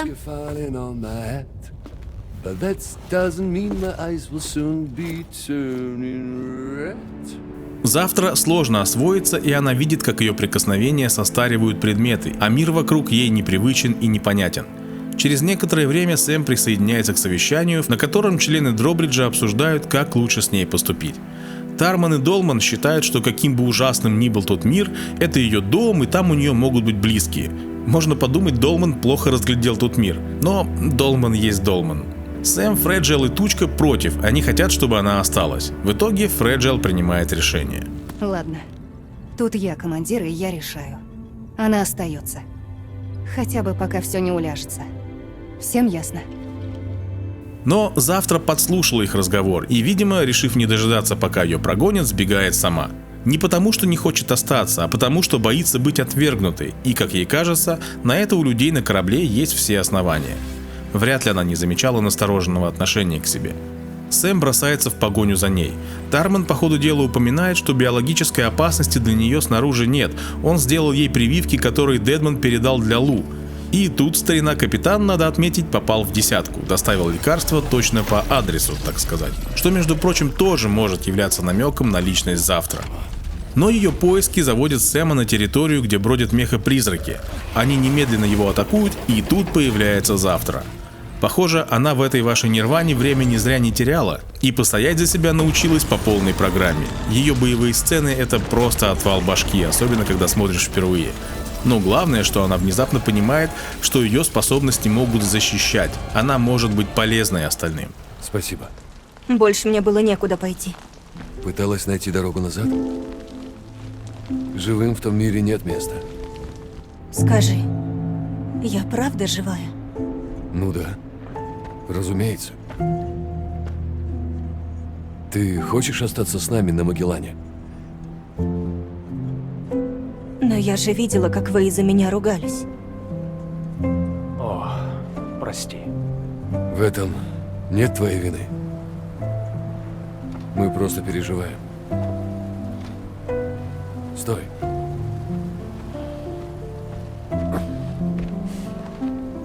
По-моему, у меня и не было семьи. А у тебя есть? Нет. Больше нет. Скучаешь по ним? Да. На Магеллане Фреджиэл принимает ее в семью Дробриджа, а Сэму теперь предстоит наконец встретиться с Хартманом. Добро пожаловать в нашу семью.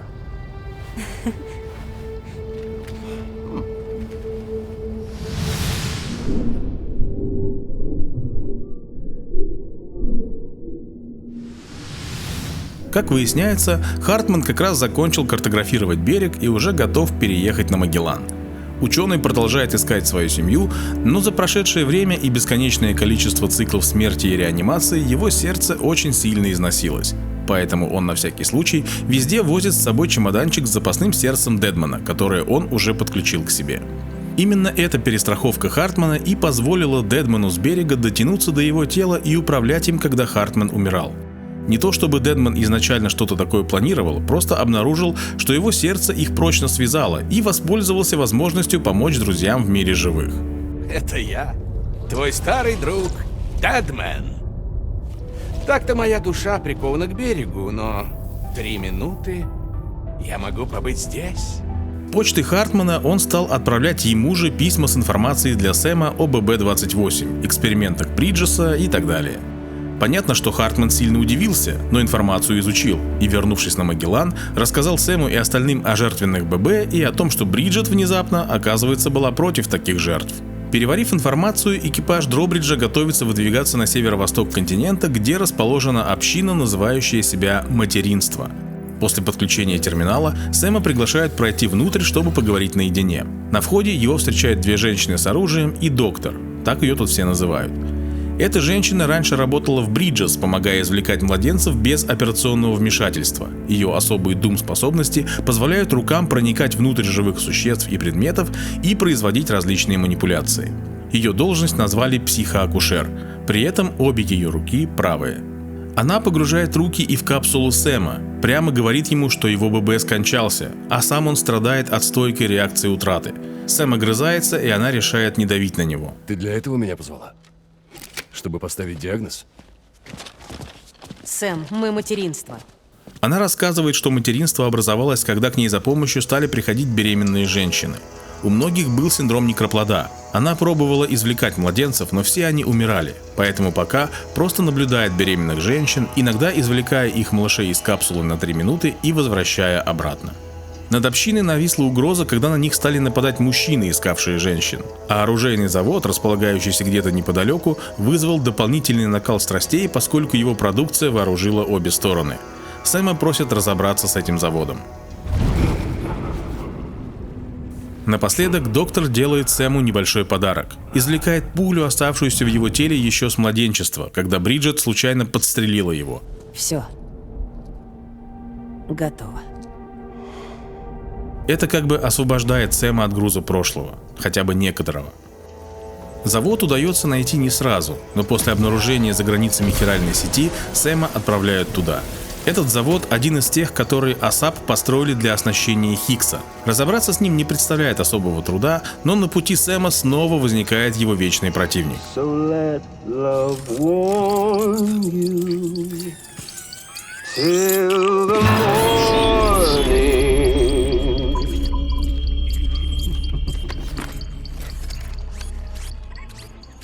Привет, брат. Он снова травит пропалки вместо веревок и про то, что Сэм, как Джон Сноу, ничего не знает, а как узнает, обязательно пожалеет. Значит, в этот раз ты решил променять веревку на палку? Ну, даже курьеру приходится иногда спускать курок. Это был ты, Хиггс? Это ты убил Лу? Ты до сих пор не знаешь. Если нужны ответы, искать их придется самому. Но, когда их найдешь, твоя сердечная боль только усилится. А пока он хочет запустить для Сэма персональную адскую карусель смерти и возрождения, убивая его снова и снова после каждого возрождения. Но на его пути снова встает Тедман, эффективно устраняя неживую силу противника.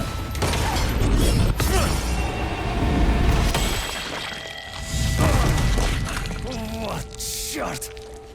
Фраза Хиггса, брошенная им напоследок, «Он такой же, как я», означает ровно то, что этот самурай, как и тело Хиггса, управляется кем-то с берега. Он, вероятно, действовал со своего берега.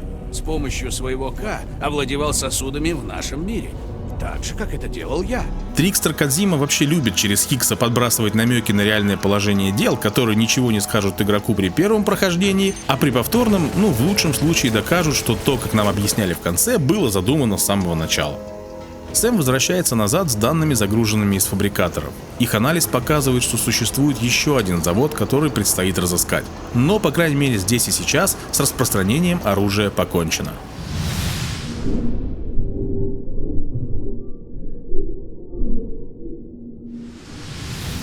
Недалеко от материнства есть база вооруженных выживальщиков. Дробриджу удалось обнаружить на ней механический гроб, как тот, в котором находилось тело Хиггса. Сэм изымает его и отвозит механику для изучения. Тот дарит ему фотоаппарат, редкая вещь по нынешним временам. В антракте нам показывают спящий корабль, и самое важное, что мы здесь видим, это то, что Фреджайл по-прежнему съедает чувство вины за все произошедшее, хоть она этого и не демонстрирует, когда бодрствует. Лу, Сэм, мне надо тебя... Прости меня, Сэм. Этот момент важен для понимания мотивов персонажа. На утро Сэм, ненадолго сменив профессию на фотографа, Можешь нас сфотографировать? Ладно. Может, найти другое место, где покрасивее? Хорошо. Выбери сам. Снова отправляется в путь. Подключить восточный форт F4, где опять обнаруживается смолопад. Сэм приближается к нему, и теперь в стене смолы он видит фигуру Нила. Тот протягивает ему руку и затягивает Сэма в нирвану.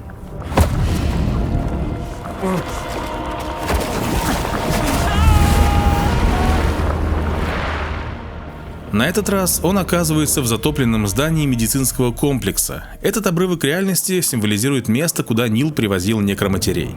На сеансе у Люси он говорил, что эта работа буквально убивает его. Приступы паники вызывали удушье.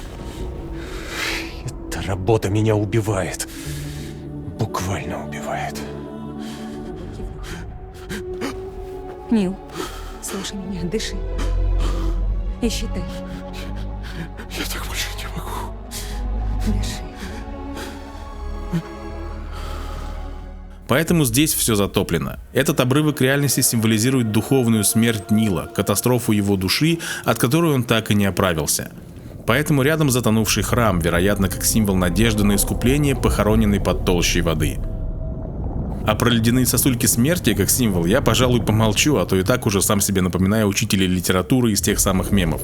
Лучше расскажите, что вы думаете, почему они там появились. В этом бою Нил пытается разыскать Лу, но Сэм его побеждает. Обыскав карманы, он находит пропуск, а в сумке, которую Нил таскает с собой, обнаруживается кукла ББ как образ истинного груза, который он перевозил. Но настоящих младенцев здесь нет.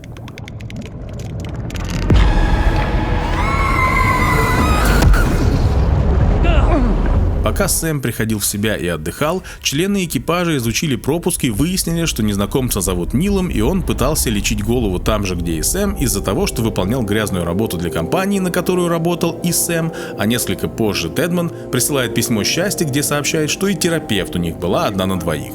Сэм и без того никогда не любил говорить о своем прошлом, а тут еще и публика собралась. Он говорит, и видимо в это верит, что ребенок Люси был не от него, а она просто была его терапевтом. Ребенок был не мой. Она сказала мне это лично. У меня не было детей. Она была просто врачом. Помогала мне справиться с моей гаптофобией. И это все, что между нами было. Тут, конечно, даже со скидкой на его обиду, злость и смущение нельзя объяснить явное противоречие с первой игрой. Но об этом поговорим отдельно в третьей части разбора. Сэм уходит дальше подключать и доставлять. Попутно мы видим, как завтра развивает свои навыки на примере тренировок с яблоками.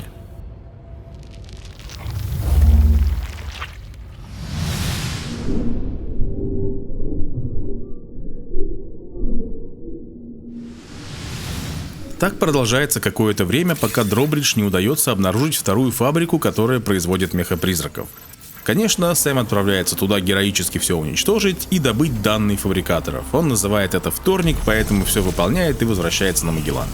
И здесь Тарман обнаруживает, что материалы для мехапризраков и маршруты их доставки совпадают с теми, что использует АСАП.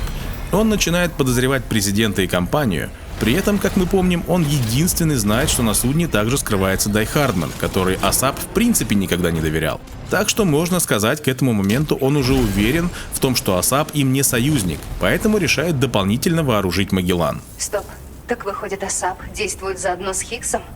Не сболтнуть бы чего при президенте. Нам надо срочно позаботиться о дополнительной защите Магеллана. В Южном форте у подножия этой горы как раз живет подходящий специалист. В то же время на Магеллане последнее время ходят слухи, что Хартман страдает лунатизмом. Однажды ночью Сэму удается проследить за ним и наконец-то узнать, что Хартман делит свое тело с Дедманом. Друзья получают возможность наконец прикоснуться друг к другу впервые за все время, прошедшее после побега Сэма. Прости, если вдруг напугал. Пока Хартман занят своими потусторонними вылазками, я одолжил его тело. Иди сюда.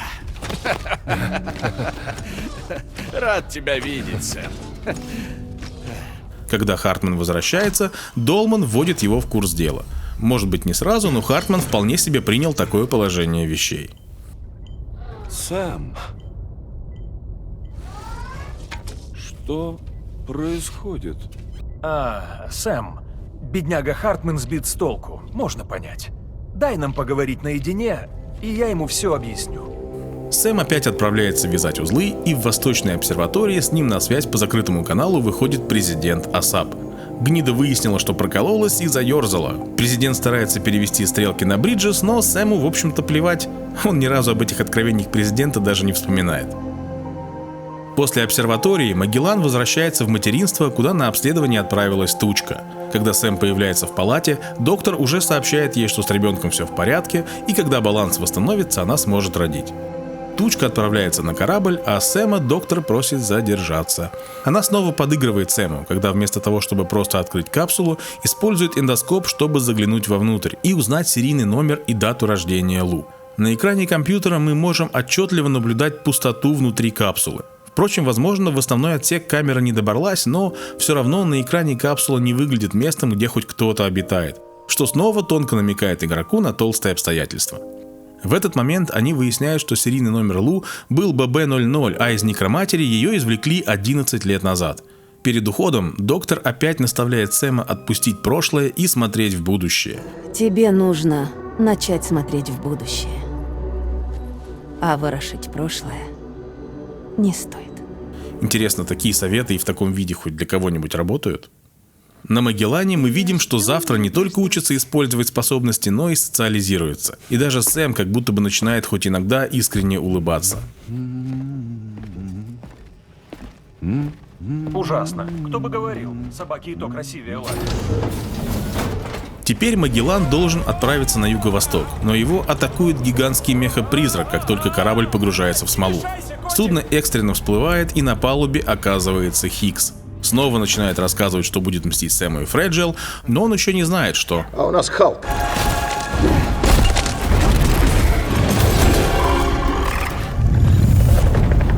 Это его и подводит.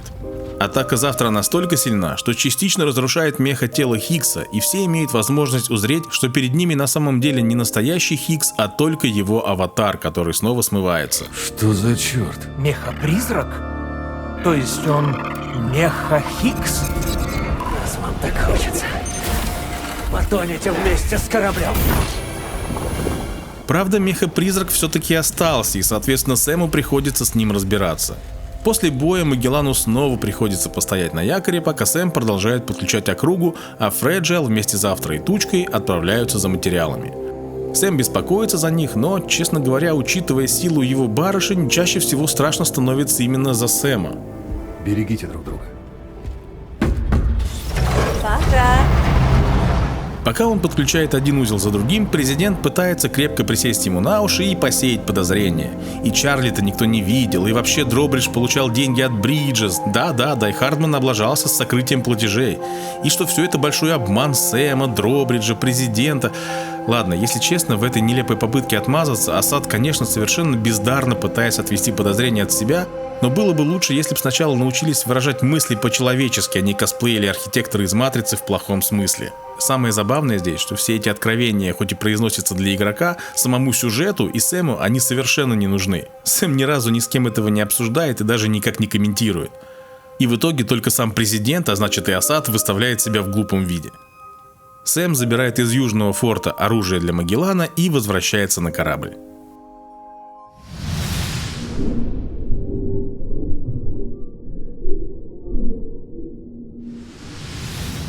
Теперь Сэм должен подключить Южную экологическую обсерваторию. Мало того, что по пути туда он опять сталкивается с вооруженными выживальщиками, так еще и на самой обсерватории его атакует внушительный отряд меха-призраков. И это действительно непростой бой. Сумев их победить, Сэм таки подключает постройку к сети, но Магеллан все еще не может переместиться, потому что смоляные потоки не успокаиваются. Вместо корабля поддержки появляется Хикс. Ой-ой, упысь Китай!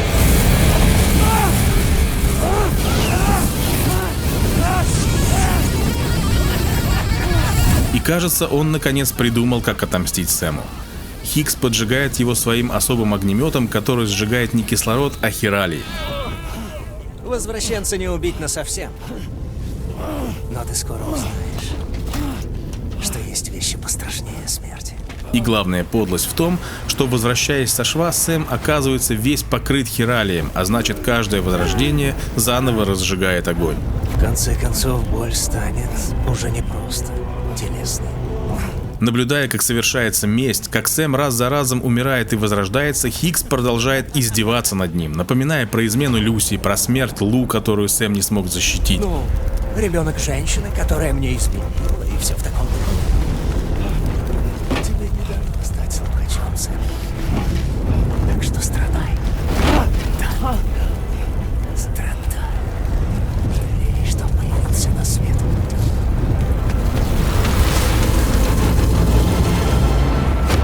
И кажется, что выхода из этого цикла боли и страданий уже нет и не будет, но все-таки помощь приходит.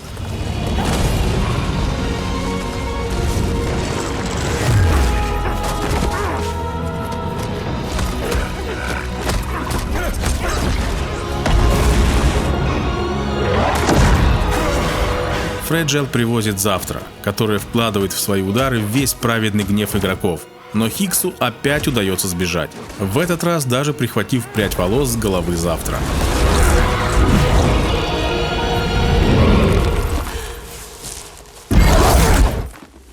Упс.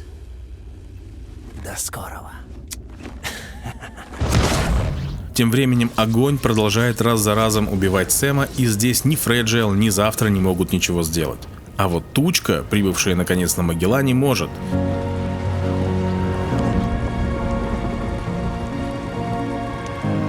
Ее дождь наконец тушит огонь и исцеляет Сэма, по крайней мере его тело.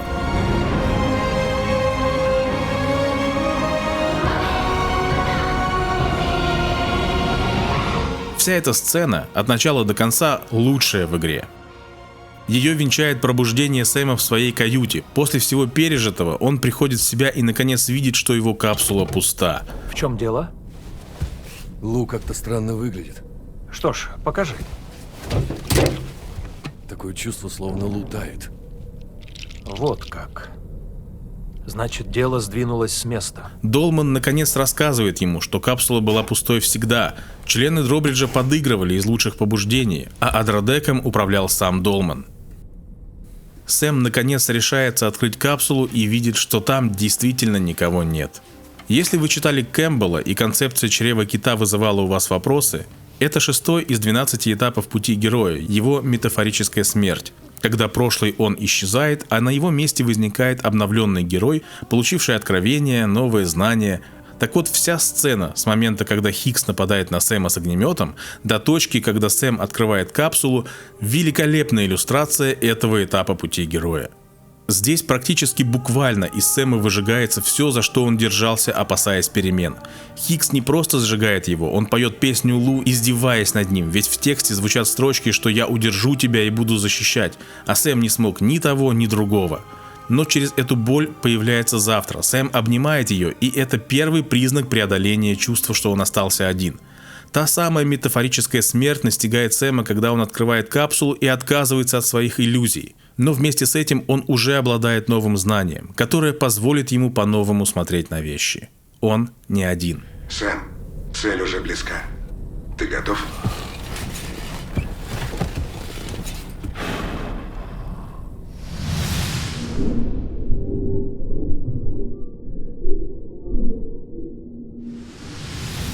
Немного оправившись от последних событий, Сэм возвращается к привычной для себя рутине и подключает пункт F7.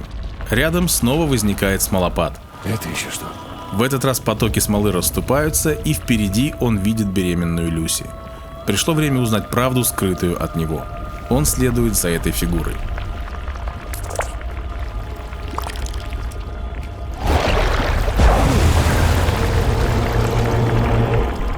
Смола смыкается, и Сэма выбрасывает снова в мир, который они уже по привычке называют Нирваной. На этот раз декорации представляют собой застывший во времени момент, когда Нилвана, уже будучи тварью, устроил выплеск пустоты, напав на Сэма в медицинском изоляторе. Это его третья катастрофа. Сэм оказывается окружен ангельскими жуками. Они вылупляются из куколок криптобиотов. Да, криптобиоты похожи на гусениц, а ангельские жуки на бабочек. В игре они символизируют перерождение, через которое как раз совсем недавно прошел Сэм. Здесь все вверх тормашками, как и в жизни Нила, когда он стал тварью. И еще это момент их первой с Сэмом встречи.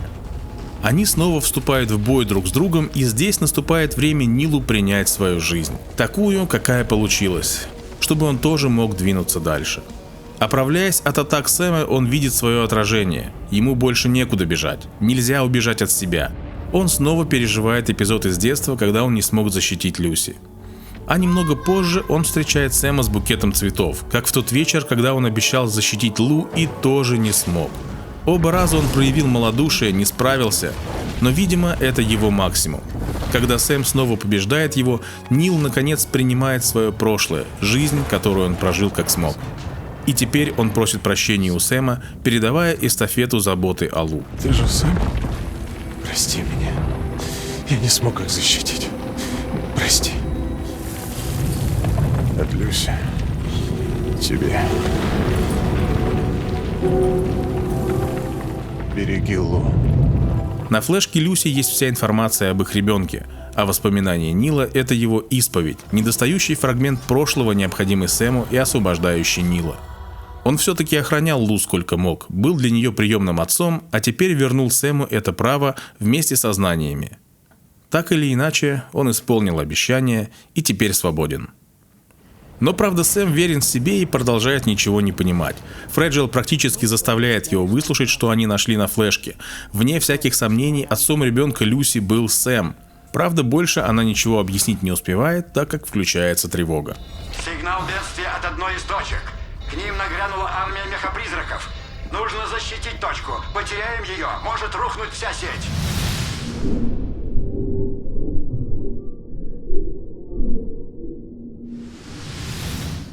Мехапризраки перешли в наступление и атакуют силы вокруг пограничного порта F8, конечного пункта назначения экспедиции Дробридж. Магеллан уже хорошо вооружен, и все члены экипажа образуют слаженную боевую группу. У мехапризраков нет шансов, верно? Как в VR? Это я могу. Сэм отбивает атаки на земле, а Магеллан оказывает действительно весомую огневую поддержку, а не просто числится боевой единицей, как это часто бывает в играх. Сэм подключает две промежуточные точки, и ему остается только перейти мост, сражаясь с прибывающими волнами мехапризраков. Когда бой становится совсем неравный, снова появляется Дедмон Самурай. Он наконец открывается Сэму и находит самый эффективный способ задержать подступающих врагов.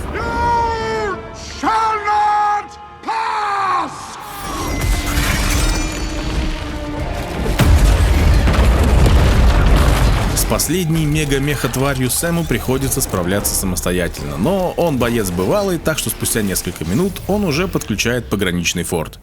Перед ним снова возникает неунимающийся Хикс, но...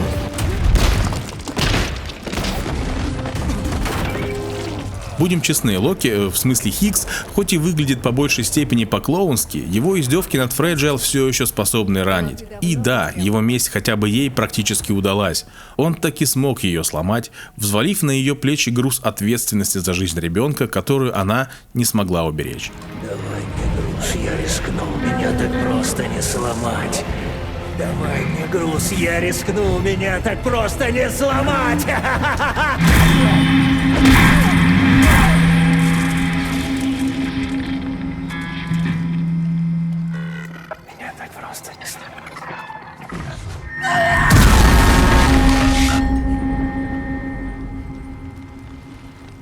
Ты в порядке?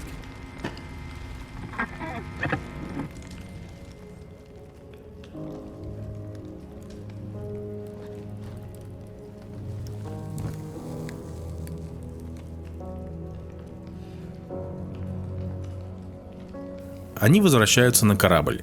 После отдыха Сэм поднимается на палубу, где все члены экипажа погружены в сон, а на одном из кресел сидит президент. Он наконец рассказывает Сэму и о том, что такое осад на самом деле, и тех планах, которые они вынашивают, чтобы, как они это понимают, спасти человечество через политику нулевых выплесков. Нет телесных людей, нет катастроф. Но тут на сцене появляется балерина Капучино.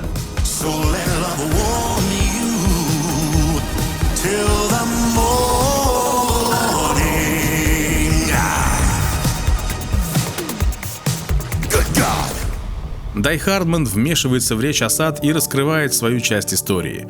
По его мнению, отказ человечества от тела равносилен гибели. Люди — это единство души и тела. Нельзя лишиться половины себя и сохранить человечность. Возникает дисбаланс. Он говорит, что с помощью бэкдоров, оставленных Локни в новом Кьюпиде, он сможет отсечь конвергенцию Асад 4000 от той части системы, которая находится на серверах на нашей стороне. Которая просто сервисная программа, без одушевленной, но лишенной всякой человечности личности. Вот не выйдет. Почему? Хиральная сеть разительно облегчает путешествие.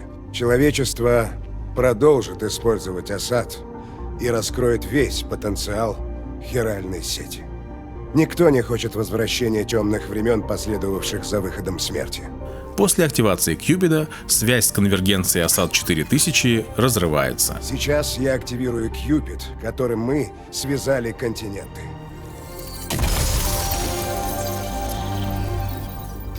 Чтобы построить мост в наше будущее, где мы сможем сами выбирать свой путь. Дай Хардман извиняется перед всеми за то, что ему пришлось так долго скрываться и держать всех в неведении, но их снова прерывает Хикс. Дедман, стой! Отойдите, дурни, это не я! На этот раз, поскольку его собственное мехотело уничтожено, а Дедман как раз находился в теле Хартмана, он смог завладеть телом меха-самурая. Чтобы снова не отхватить люлей раньше времени, Хикс сразу захватывает Завтра, лишая дыхания. Чтобы спастись, она снова формирует вокруг себя кокон. Хикс, видимо, для точности проверив состав волос девушки, определил, что Завтра настоящая биологическая дочь Сэма. Твои гены сплелись. Изумительно. Да что ж такое? Она твоя дочь! Что? Плюс, конечно, он видел ее в бою и мог оценить потенциал. Из всего этого он заключает, что у него может получиться использовать ее как замену фактора вымирания и отомстить той самой Амелии, вскрыв ее берег, и может даже исполнить свою заветную мечту о последнем выходе. Вот катализатор, который я искал. Звучит безумно? Конечно, но когда его это останавливало? Хикс утаскивает Завтра на берег, а команде Дробриджа теперь надо найти способ последовать за ним. Мы должны вызволить Завтра. А значит, надо отправиться на берег вслед за Хиксом. И как же мы туда попадем? Перенесем корабль на берег. При поддержке всех собравшихся здесь людей из Дум, возможно, Фреджил сумеет перебросить нас в нужное место.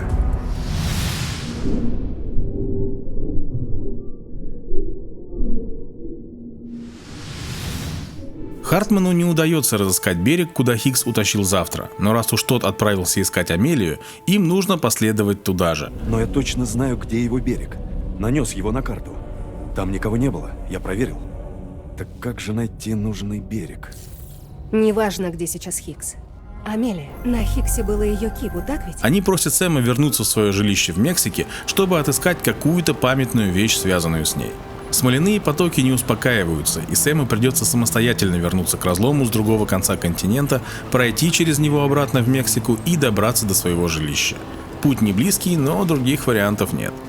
Когда Сэм через разлом возвращается в Мексику, на связь выходит Тарман и сообщает, что они обнаружили причину нестабильности потоков. Она где-то рядом с поселением, которое он подключил в самом начале пути. Видимо, там действительно что-то серьезное, потому что окружающая обстановка кричит о том, что Мексика готова провалиться в береговые воды той стороны. Что происходит с небом? Вот это мне уже совсем не нравится. Сэм, нам надо спешить. Добравшись до места, Сэм сталкивается там с действительно гигантской тварью. К счастью, последнее время любая тварь существует только до тех пор, пока за ней не приходит Сэм. И эта встреча не стала исключением. После победы на связь выходит Тарман. Он рассказывает, что они времени зря не теряли, изучили записи Дробриджа и обнаружили способ, каким они переправляли грузы между нашим миром и берегом Асад. И даже нашли чертежи двигателей, которые нужны для таких маневров. Магеллан уже апгрейдится и скоро будет готов переплыть на берег через смолу, а пока Сэму надо добраться до своего убежища. Вернувшись домой и обыскав все, Сэм находит фотографию с Люси и Бриджит. Долман говорит что-то невразумительное о природе связи через этот снимок. Этот снимок Амелии или Бриджит послужит связью с ее кипу. А значит, благодаря ему мы сможем соединиться и с кипу, которым владеет Хикс. Да, это ровно то, что нужно, Сэм.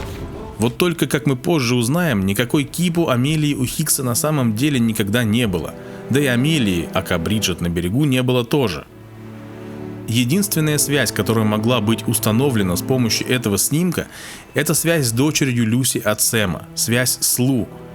Хорошо, хоть это не заклинание, и проговаривать его нет необходимости. Связь работает просто, если она есть. Сэму на секунду снова мерещится Амелия с младенцем на руках. Вряд ли это видение, скорее конструкт подсознания, сотканный из связей, их обрывков, знаний и чувств. Можно предположить, что здесь Сэм чувствует, она берегла Лу. Впрочем, в ее руках может быть и сам Сэм. И это символ того, что она все еще поддерживает его. На мостике Магеллана собираются все члены экипажа. Фреджайл должна помочь найти берег, используя связь Сэма. Ее тело уже недолго осталось, и она знает, что из-за прыжкового синдрома она может не пережить этот переход. Поэтому, наконец, дает волю чувствам.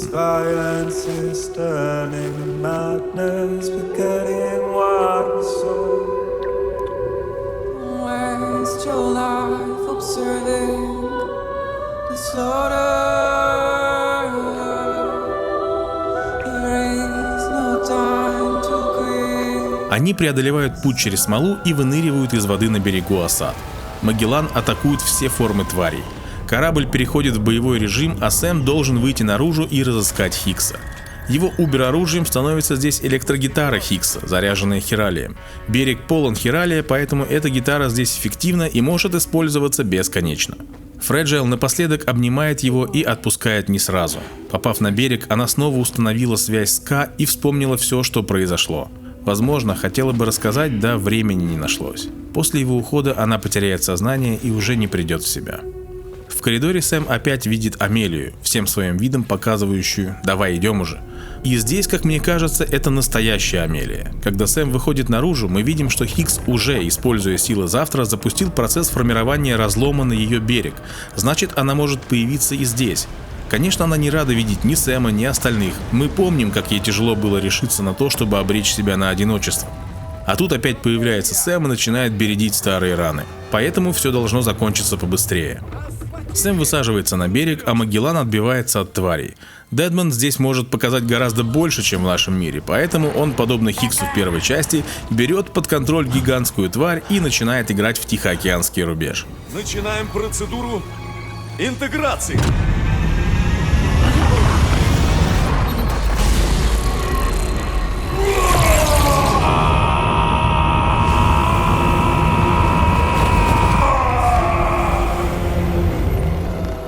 Мы же все помним, что этот фильм снял как раз Гильермо дель Торо.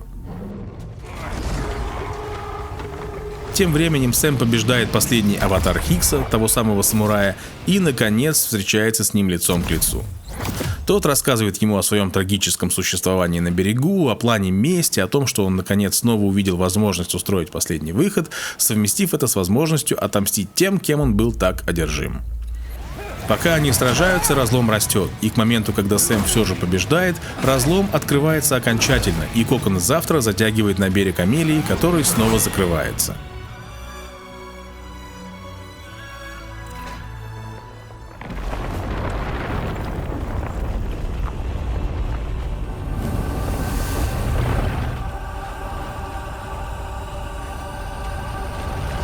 Я, честно говоря, не знаю, на что рассчитывал Хиггс, сбрасывая кокон с девушкой на берег Амелии, которая наверняка смогла бы понять, кто перед ней. Он, может, надеялся, что она сработает как бомба или что? Но все то, что мы видим в этой сцене и дальше, на мой взгляд, является как раз результат слияния, или точнее, взаимопроникновения берегов, о котором я говорил в самом начале. Берега Амелии, осад 4000 и верхнего берега. Здесь правят не формы, а смыслы, метафора, а не физика. Лу снова появляется в виде огромного младенца и уничтожает Хиггса, а затем Ка Фреджайл приносит его дочь. Амелия позволила ей забрать ее со своего берега. То, что Сэм и игрок видят здесь, искажено. Например, Ка Фреджайл действительно приносит завтра, но как дочь Сэм ее знает только в образе младенца, поэтому здесь и сейчас он видит это именно так. Может быть, я здесь ошибаюсь, но глобально это не имеет значения. Хиггс побежден, а Амелия помогает Фреджайл вернуть Сэму его дочь. Она еще один последний раз обнимает его, а затем снова выталкивает с этого берегового слияния. Когда берега снова разъединяются, Сэм из-под воды видит что-то напоминающее взрыв, а затем теряет сознание.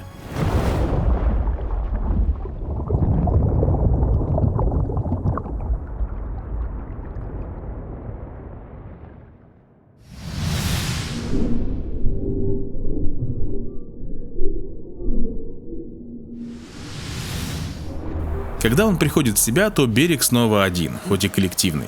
Сервера осад похожи просто на надгробные плиты, а рядом лежит завтра. И ведь что примечательно, он до сих пор еще не знает, что завтра это Лу. Ему же об этом прямо так никто и не сказал. Он возвращается на Магеллан и узнает, что Фреджайл умерла. Еще одна потеря. Но пока они все еще на берегу, ее Ка находит его и наконец объясняет, что произошло в день нападения Хиггса. И что завтра это и есть Лу. Лишь тогда, когда мы прибыли на берег осад, я наконец вспомнила. Это из-за меня ты не увидел, как Лу взрослеет. Я украла у тебя эти бесценные годы. Прости меня, Сэм. Но пообещай, что отныне вас с Лу ничто не разлучит. Ты не будешь одинок. Смерти нас не разлучить. Мы навсегда связаны. А теперь иди. Остальные ждут. Магеллан готов отправиться в обратный путь. Хартман записал все данные и координаты, так что назад они смогут добраться без проблем. Дай Хардман напоминает, что сейчас важный момент, и все должны выложиться на полную, подразумевая, что нужно задействовать свои дум-способности, чтобы помочь кораблю преодолеть путь. Он командует отправление, и Магеллан погружается в воду. В коридоре между жизнью и смертью мы видим Ка всех тех, кто был связан с нашими героями. Здесь и Фреджайл, и сын Тармана, Дедман и Локни Малинген, и здесь, рядом с Лу, Нил Вана. Это не значит, что они прикованы к живым и не могут никуда деться. Это значит, что они связаны вместе, как узелки кипу, на память, и всегда будут где-то рядом в трудную минуту. Последние обрывки воспоминаний Нила видит не Сэм, а Лу. Это она узнает, кто она, откуда и через что прошла до того, как оказалась на Магеллане. Корабль успешно возвращается в наш мир. И после пробуждения Сэм и Луиза, отец и дочь, наконец, обретают друг друга.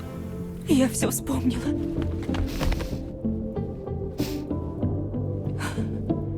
Какое путешествие мы проделали. Ты и я, Сэм.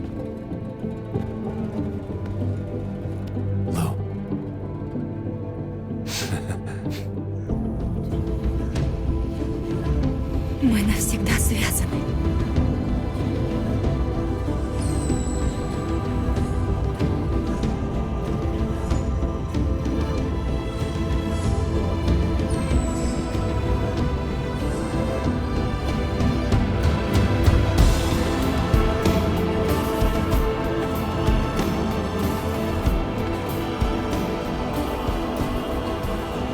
Я твоя Луиза.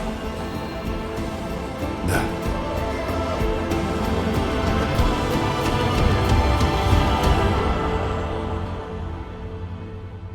Вот такая получилась история. И прежде чем мы займемся разбором смыслов, я хочу занять минуту вашего времени и рассказать еще об одной игре, которую делает мой друг.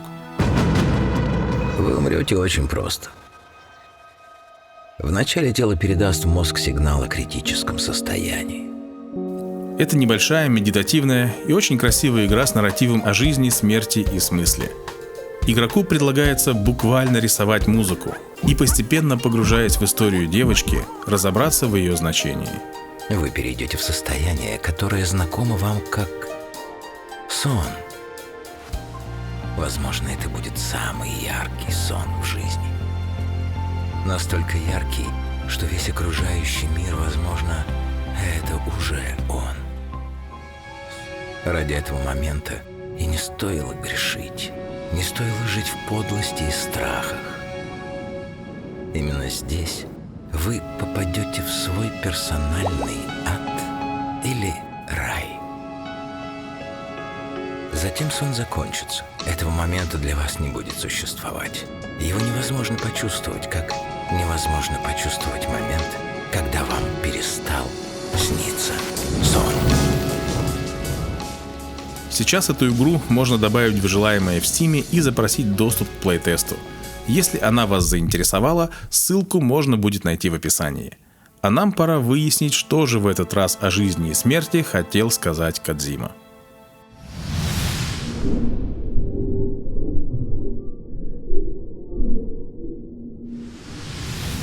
Смыслы второй части игры не отменяют первую, а надстраиваются над ней. Поэтому все, что было сказано в прошлом разборе, сохраняет свою актуальность. Здесь же мы поговорим о том, что добавилось, а что было переосмыслено. Вопрос в заголовке игры звучит как «Стоило ли нам соединяться?». И нужно понять, действительно ли игра дает ответ на этот вопрос. И если да, то каков он? Чтобы сделать окончательные выводы, разберемся с оставшимися деталями. В частности, мы уже обсудили во время пересказа истории, а теперь посмотрим на общие символы и мотивы.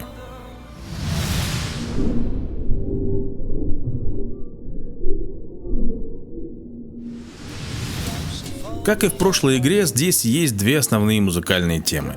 Это песня Би-Джей Томаса «Raindrops Keep Falling on My Head», а также, конечно, тема ББ. Из первой все достаточно просто. Это легкая, светлая песня о позитивном взгляде на вещи. Она впервые звучит в жилище Сэма и транслирует его настрой. Как бы ни складывалась жизнь, не унывать. Для Сэма и Лу это тема дома, уюта и ожидания светлого будущего. Она звучит нечасто, но всегда означает круг семьи и то, что сейчас в целом все хорошо, опасности нет, а будущее не рисуется мрачными красками. А вот тема ББ, колыбельная, песня отца своему ребенку о том, что он укроет и защитит его, здесь приобретает мета-значение, которое определяется контекстом. Чаще всего эту песню исполняет Хикс, и это полностью меняет ее смысл. Это издевка. В его исполнении текст песни превращается в перечисление того, как должен был поступить Сэм и чего он не сделал.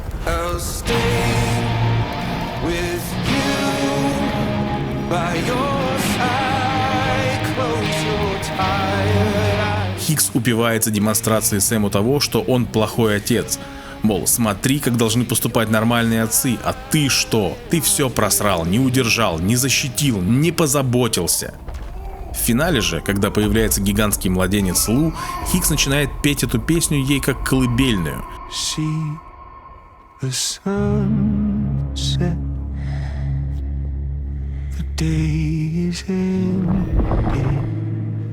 Но стоило ему только показаться, что малышка его заслушалась, он начинает демонстрировать превосходство над Сэмом, будто он и здесь его обошел, будто в конечном итоге он победил, и теперь она будет его слушаться. I will hold you and protect you, so let love warm you till the morning. Ну, собственно, в силу своего скверного характера он и погибает. Всем детям на заметку, не будьте такими противными, это плохо кончается. И эту же песню исполняет Дай Хардман, когда... прости господи, наконец являет себя публике.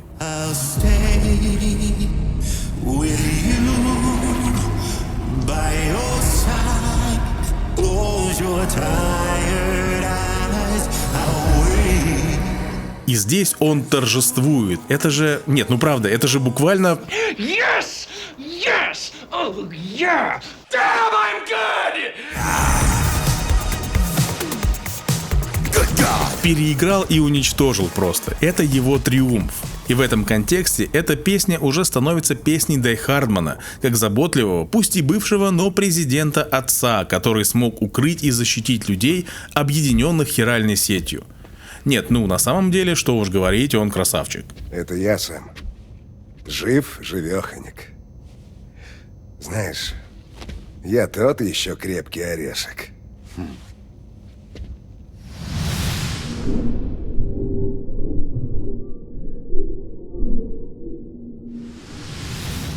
Одним из самых интересных и непонятных моментов в игре стала возможность Сэма попасть на берег к Нилу. Долман, с самого начала незадачливый и, очевидно, судя по его истории, не самый умный, но очень сильный медиум, смог протянуть мостик между Сэмом и Нилом. Все флешбеки, которые видел Сэм с Долманом, только подливали масло в огонь, потому что становилось все более очевидно, что Нил неожиданным и самым непосредственным образом связан с Сэмом. Он лично был знаком с Люси и связал себя с Лу обещанием спасти ее. Видя его обрывки памяти, Сэм волей-неволей тянется к нему, надеясь, что хотя бы здесь он сможет найти ответы на вопросы о неизвестном ему прошлом. И Долман невольно и неосознанно усиливает это стремление настолько, что их миры наконец соприкасаются. Снова к нам вызывает. Сэм, ты хочешь туда вернуться? Если это не приглашение. Не менее интересен и сам момент попадания Сэма к Нилу. Каждый раз перед тем, как войти в смолопад, он видит чью-то тень в смоле. Себя, Нила и Люси. Ничего не напоминает? Встреться с врагом. Встреться с собой. Встреться со своим страхом. Ну, шутки шутками, а вообще в классическом мономифе в своем становлении герой должен преодолеть 3 барьера. Внешние угрозы, враги, внутренние страхи и, наконец, преодоление себя. Но здесь мы видим другой порядок. Что это, шутка Кодзимы или что-то осознанное? Сэм, конечно, главный герой этого произведения, но вспомните, как декларируется главная цель всего путешествия. Сосредоточься на путешествии. Я считаю, что это принесет тебе необходимое облегчение. В конце концов, ради этого мы и отправились в путь. Это его психотерапия. И чтобы проработать травму, порядок должен быть иным. Сначала Сэму предлагается ответить на вопрос, кто он такой. В этой самой нирване он встречает девушку, единственную живую, и он вспоминает, что он защитник. Он не знает, кто она, но ему не все равно. Можно отметить, что тут он еще и отец, но это знание, если и всплывает в нем, то на глубоко интуитивном уровне. Затем он встречается лицом к лицу с соперником, внешней угрозой. В конце схватки Сэм узнает имя своего соперника, а во многих произведениях узнать имя означает узнать человека, а не просто абстрактного безымянного монстра. Теперь они на равных, 2 соперника, каждый из которых дорожит Лу. И в конце Сэм подходит к своему самому большому страху. Была ли любовь, была ли у него дочь, или все это пустые надежды и он один?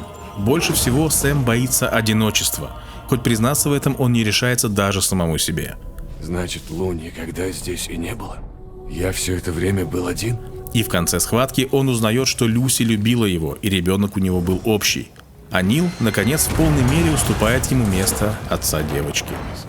Если рассматривать архетип Нила по Юнгу, то он тень, вытесненная часть личности главного героя, которую тот не хочет в себе признавать или боится открыть.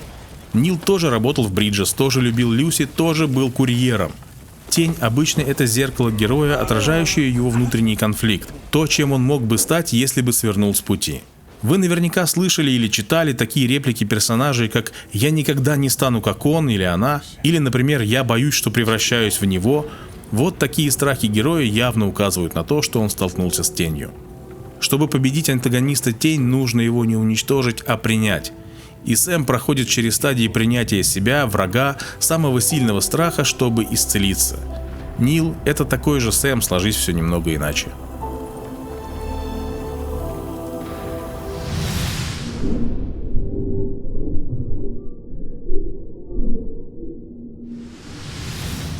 Все появления Нила настолько похожи на появление Клиффорда Унгера, что поначалу даже вызывают недоумение. Вроде нам заменили Миккельсона на это?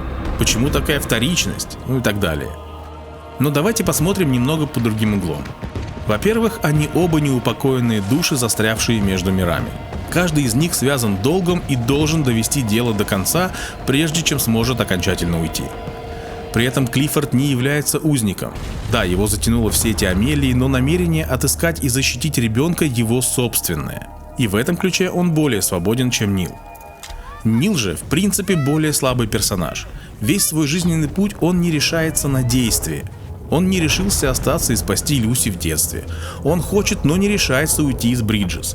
И единственный раз, когда он согласился что-то сделать, он сделал это под давлением любимой женщины. Она буквально связала его обязательствами, от которых он не может отступиться. Поэтому каждый раз он появляется как заложник, но берет себя в руки и начинает отыгрывать свою роль. Ну и, вероятно, выполняя свою работу для Бриджес, он ощущал себя точно так же – вечный заложник ситуации. При этом характер у миров, где возникает Клиффорд и где обитает Нил, все-таки отличаются. У Унгера это берега войны, причем ни в одной из этих войн он не участвовал, так как родился много позже. Но как человека войны его мотает именно по таким берегам его родной стихии. Нил же обитает в мире из обрывков своих личных катастроф. Катастрофа уничтожения родного города, катастрофа саморазрушения и катастрофа гибели. Это его личное чистилище, которое озаряет единственное живое существо, которое он призван защищать. И, судя по всему, с этим он все-таки справился.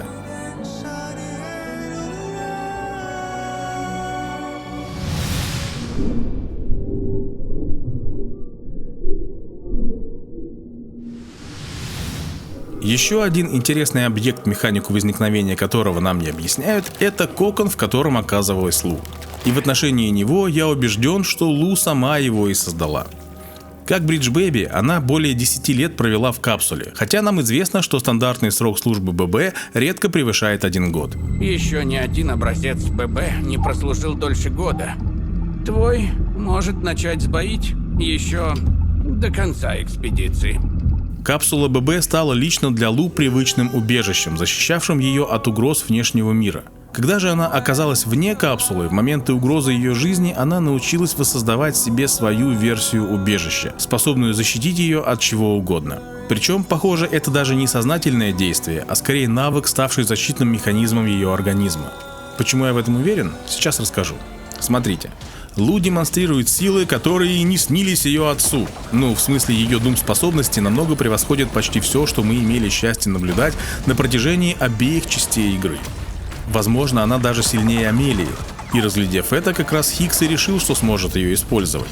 Она еще младенцем смогла не просто совершить прыжок, но и утащить за собой Фреджайл. А еще боевые навыки и владение перемещениями через смолу, которые она демонстрирует во время боя. Что-то подобное худо-бедно мог демонстрировать только Хикс на пике своей силы.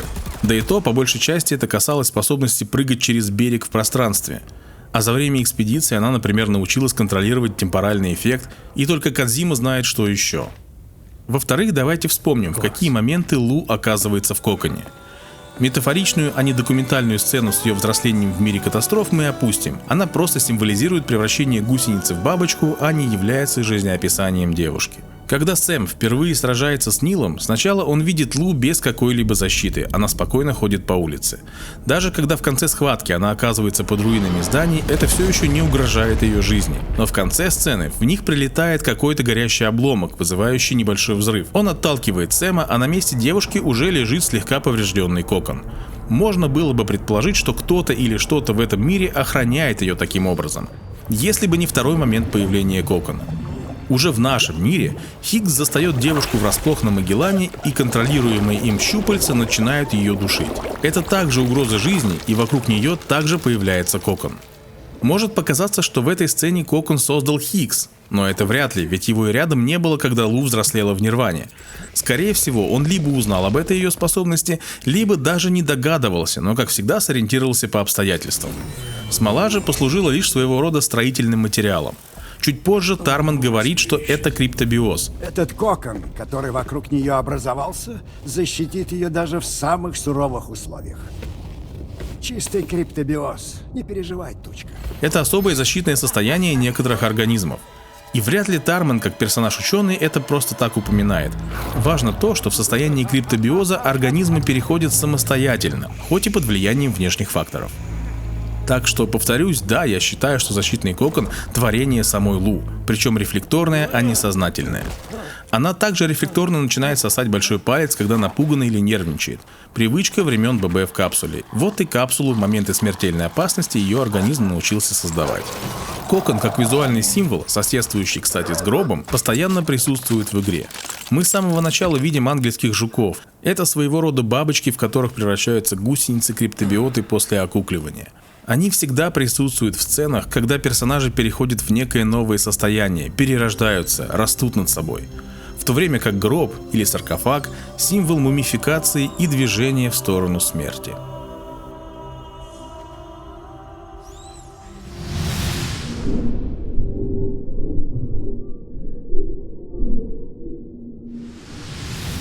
Все это крайне интересно, и мир игры захватывает куда больше, чем смысл произведения, которое нам рассказывают. Возможно, это особенность второй части игры, а может, просто в этом разборе я уделяю больше внимания описанию лора, чем в прошлый раз. Но давайте попробуем все-таки ответить на главный вопрос, который игра задает нам буквально с коробки, ну или с постера экрана загрузки. Так стоило ли объединяться или нет? Здесь столько всего было сказано, столько событий описано, а сколько было сказано и показано в самой игре, даже страшно вспомнить.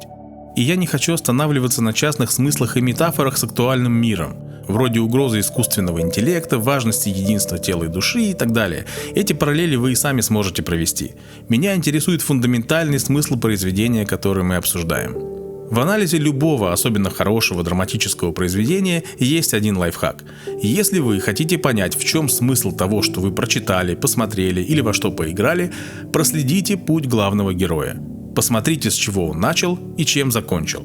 Путь героя – это всегда суть произведения.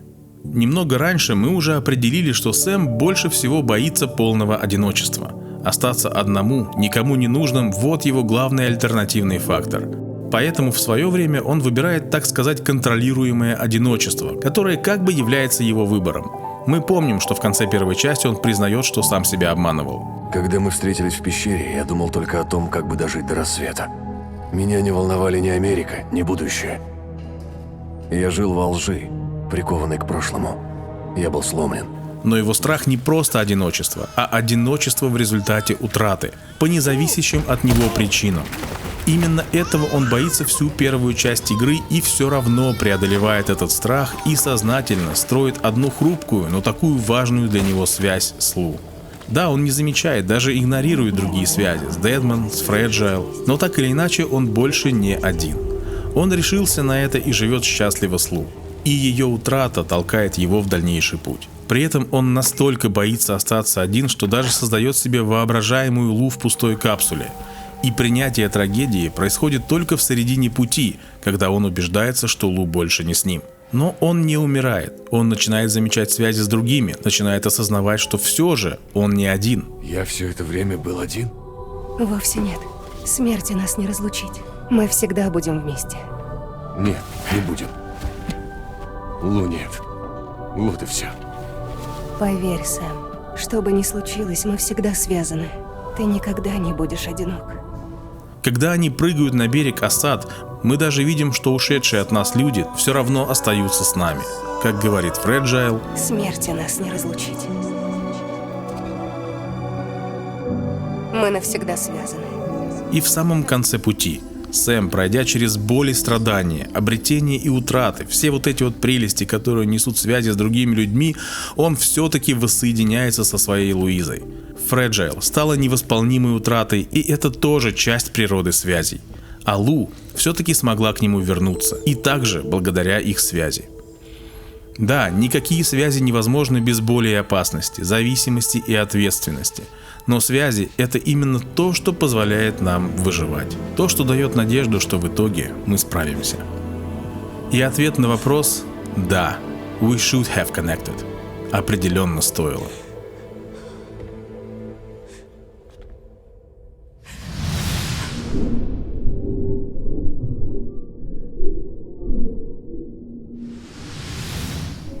А что касается послания Кодзимы всем игрокам этой части, то оно выражается в имени, которое Фреджайл дает Лу, и в цитатах Кобо Абе в конце игры.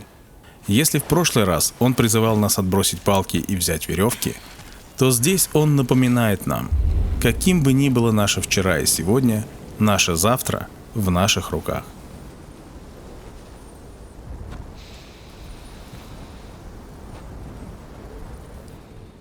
Спасибо, что досмотрели. Когда я пишу эти строки, я сам пребываю в легком шоке от того, каким получился этот разбор. Обычно я так не делаю, но все-таки хочу попросить вас подписаться, поставить лайк, сделать репост, если вам действительно понравился этот труд. Вам не сложно, а мне приятно. И также хочу пригласить вас в телеграм-канал, ссылка есть в описании. И еще небольшой постскриптум. В прошлый раз я решил не заострять внимание на том, что мне не понравилось в игре. Но в этот раз несколько слов все-таки хочется сказать. Если вы не хотите себе пока портить впечатление, то лучше закончите просмотр здесь. Если же вы готовы к ложке смолы в бочке меда, то давайте чуть-чуть поворчим.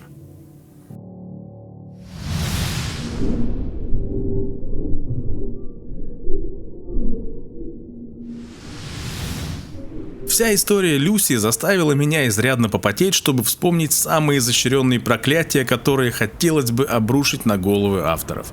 Нет, я все понимаю, но то, что они сделали, это Ладно, все мы люди, мы можем ошибаться и всякое может произойти, но то, что нам показали, не вписывается ни в историю, ни в человеческую психологию. И ладно бы, что касается истории, можно было бы смириться, если бы игра вообще в принципе переписала правила и события прошлой части. Но нет, игра пытается сказать, что обе части — это единая неразрывная история. И вот в этой неразрывной истории мы сначала узнаем, что почти сразу после того, как Сэм продемонстрировал, что он возвращенец, Люси ушла с работы и стала заниматься только им. Их бурный роман стал развиваться также после этого события. И затем, по ее же дневникам, она готовилась войти в семью Стрэнд. Так ведь? Нет. Люси не оставила практику, параллельно связалась с Нилом в ванной, от которого, как она пыталась всех убедить, у нее был ребенок, и до самого момента смерти оставалась работать в Бриджес. Какое-то время я предполагал, что ее архивы могли быть подделаны, но и это не работает, потому что Сэм-то не мог забыть, столкнулся он с тварью у себя дома, потому что Люси решила покончить с собой, никому не сказав, или в коридорах больницы Бриджеса. А с точки зрения женской психологии, я женат, и мне жена объяснила, что любая нормальная женщина, если она действительно влюблена в своего жениха, первые месяцы отношений будет просто игнорировать других мужчин, какими бы они из себя ни были. Биологически женщина выбирает партнера, и природа сделала так, что она будет его держаться в период беременности и вскармливания, чтобы он обеспечил ей защиту. Поэтому история, что она на фоне романа с Сэмом вдруг внезапно влюбилась в еще одного, скорее из разряда фантастики. Да и бог с ней с биологией. Кто умная, образованная женщина? В кого? В человека, которого она знала 30 лет назад, и в их последнюю встречу он повел себя как трусливое сыкло. Мне кажется, отличная завязка для романа. Единственное, что Люси действительно могла бы сделать, это, ощущая угрозу своему возможному будущему ребенку, сымитировать роман с Нилом для отвода глаз, но ничего подобного мы здесь не наблюдаем. Ну и фотография, которая перекочевала из первой части во вторую, на которой счастливые Люси, судя по размеру живота незадолго до трагедии, Сэм и Бриджет. Я очень сомневаюсь, что Бриджет захотела бы фотографироваться, если бы ребенок был не от Сэма, или Люси была бы просто психологом и все, как говорит Сэм, ни женой, ни хотя бы невестой. Ну и последнее. Всю первую часть мы видим, что Бриджет не просто руководитель Бриджес. Она по сути сама и есть Бриджес, не считая того, что еще и президент страны на минутку.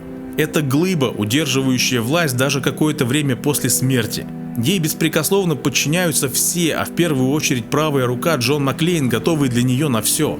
Ее полномочия практически безграничны. И вот тут разрешите поинтересоваться, с какой стати Люси ищет защиту у какого-то сомнительного типа, подвергая себя и ребенка огромному риску, вместо того, чтобы просто попросить помочь будущую бабку своей дочери. Она действительно полагала, что Бриджет нет никакого дела до ребенка ее обожаемого Сэма, или что у Бриджет не хватит возможности все устроить. Вопросы, конечно, риторические, но, кстати, с Бриджет тоже интересно.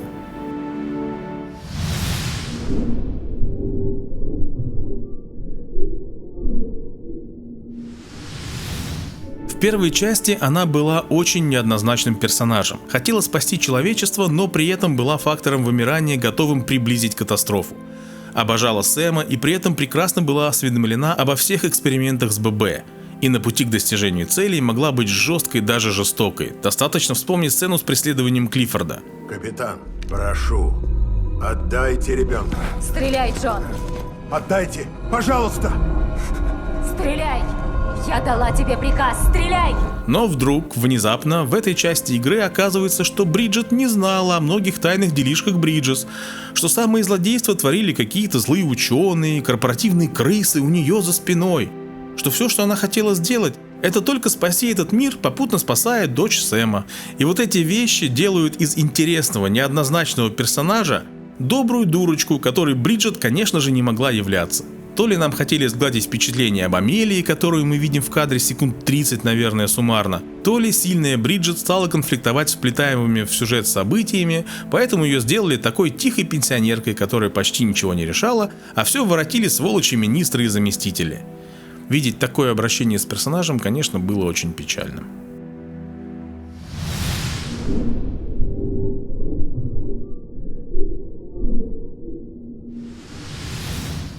Еще одна история, просто поражающая воображение, это история Долмана. Вдуматься, дочь уговорила его пойти на территорию твари, и они пошли. Просто отец года. Он реально думал, что у них что-то получится, или понадеялся, что авось прокатит? Я даже не знаю, какой вариант лучше отражает его ментальные способности. Но ведь можно же было то же самое рассказать так, чтобы все выглядело не настолько по-идиотски и безответственно. Девочка скучала по маме и в какой-то момент убежала на ту территорию с ней повидаться. Отец похватился слишком поздно, и когда нагнал ее, та уже залезла в здание. Он пробрался за ней, чтобы вывести, а не отвести к матери. Но твари уже были повсюду вокруг. Они искали выход и таки наткнулись на тварь мамы девочки. Отец оцепенел, а дочь, воспользовавшись моментом, подумав, что сейчас все будет хорошо, включила плеер. Ну и дальше все как и есть в игре.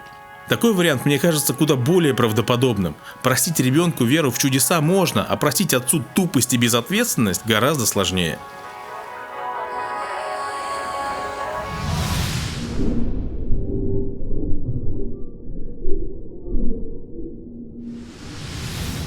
Но больше всего на протяжении игры мне было жалко Сэма. Не знаю, как у вас, а у меня сложилось впечатление, что каждый раз, когда он появлялся в обычной жизни персонажей на борту Магеллана, он был как будто бы неуместным человеком. Ну правда, все как-то замирают при его появлении, неловко переглядываются, а он то хмыкнет, то споет что-то невпопад. Он везде ходит сам по себе, отдыхает один в своей каюте. Фреджайл и девочки как будто держатся между собойчиком, куда Сэма не приглашали. А стоит ему где-то появиться, то они как будто только и ждут, когда он пойдет дальше. Знаете, типа такой батя пришел с работы, и ему его домашние: давай, ешь быстрее и спать иди, не мешай нам.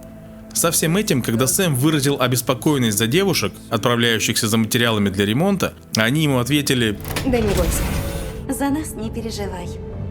И мы вообще-то сильнее тебя. Да. Так и хотелось, чтобы он сказал: так а нахрен я вам нужен, если вы такие крутые, сами и подключаете всю вашу Австралию. У меня сложилось четкое ощущение, что эти сцены писали и режиссировали какие-то левые люди на полставки по объявлению. Мы, по идее, должны видеть жизнь и развитие отношений персонажей на корабле, и мы видим, только Сэм в них никак не интегрирован. И тем более неуместно выглядят редкие моменты, когда Сэм пытается заговорить или что-то спеть. Блин, он и так редко разговаривает. И, например, в этой сцене впервые за долгое время чем-то заинтересовался и решил задать вопрос Тучке. Ты как-то умеешь управлять темпоральным дождем? Тучка, я скучала. Фреджайл, не терпится тебя повидать. Спасибо, Фреджайл, поддержала. Чего мы ждем, Сэм? Пора отправляться к Магеллану.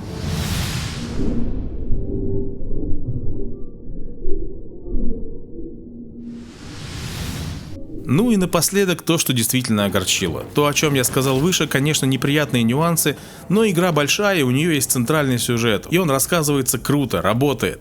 Но один большой косяк в центральной линии сценария меня действительно озадачил. Что интересно, даже с такой проблемой драма работает, и ключевые события расставлены правильно, они работают как надо. Да. Но это не отменяет того, что она могла работать в разы лучше. Класс. Я говорю о линии сближения Сэма и Завтра. По всем законам жанра мы обязательно должны были попасть из точки, где Сэм приносит ее на корабль из потустороннего мира, в момент, когда она спасает ему жизнь в бою с Хиксом, и он ее обнимает.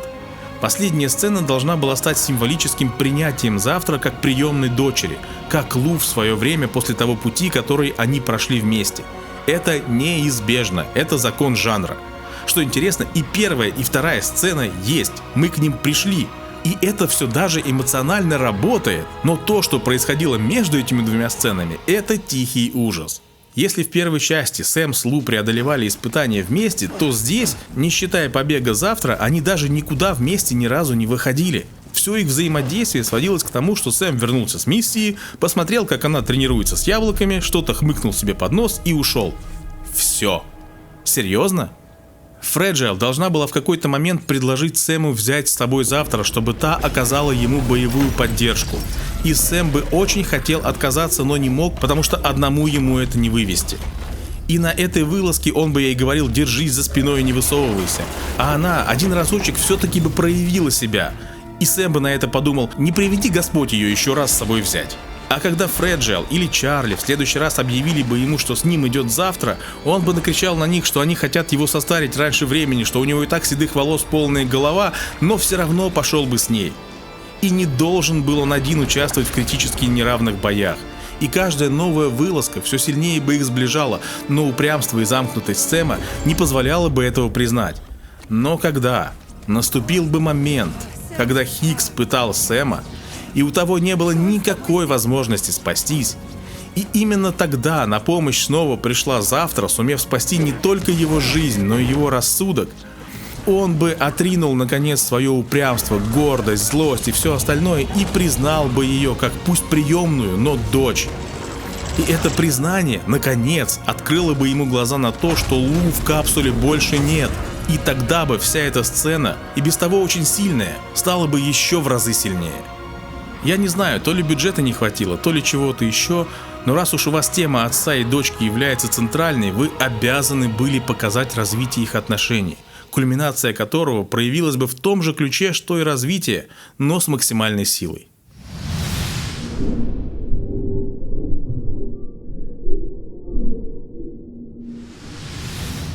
И на этом уже точно все. Кажется, у меня получилось сказать про эту игру даже больше, чем я ожидал от себя даже в самых смелых предположениях. Спасибо вам, что досмотрели до самого конца. Надеюсь, это было интересно и познавательно. С вами был Радио Келодан. Оставайтесь на связи.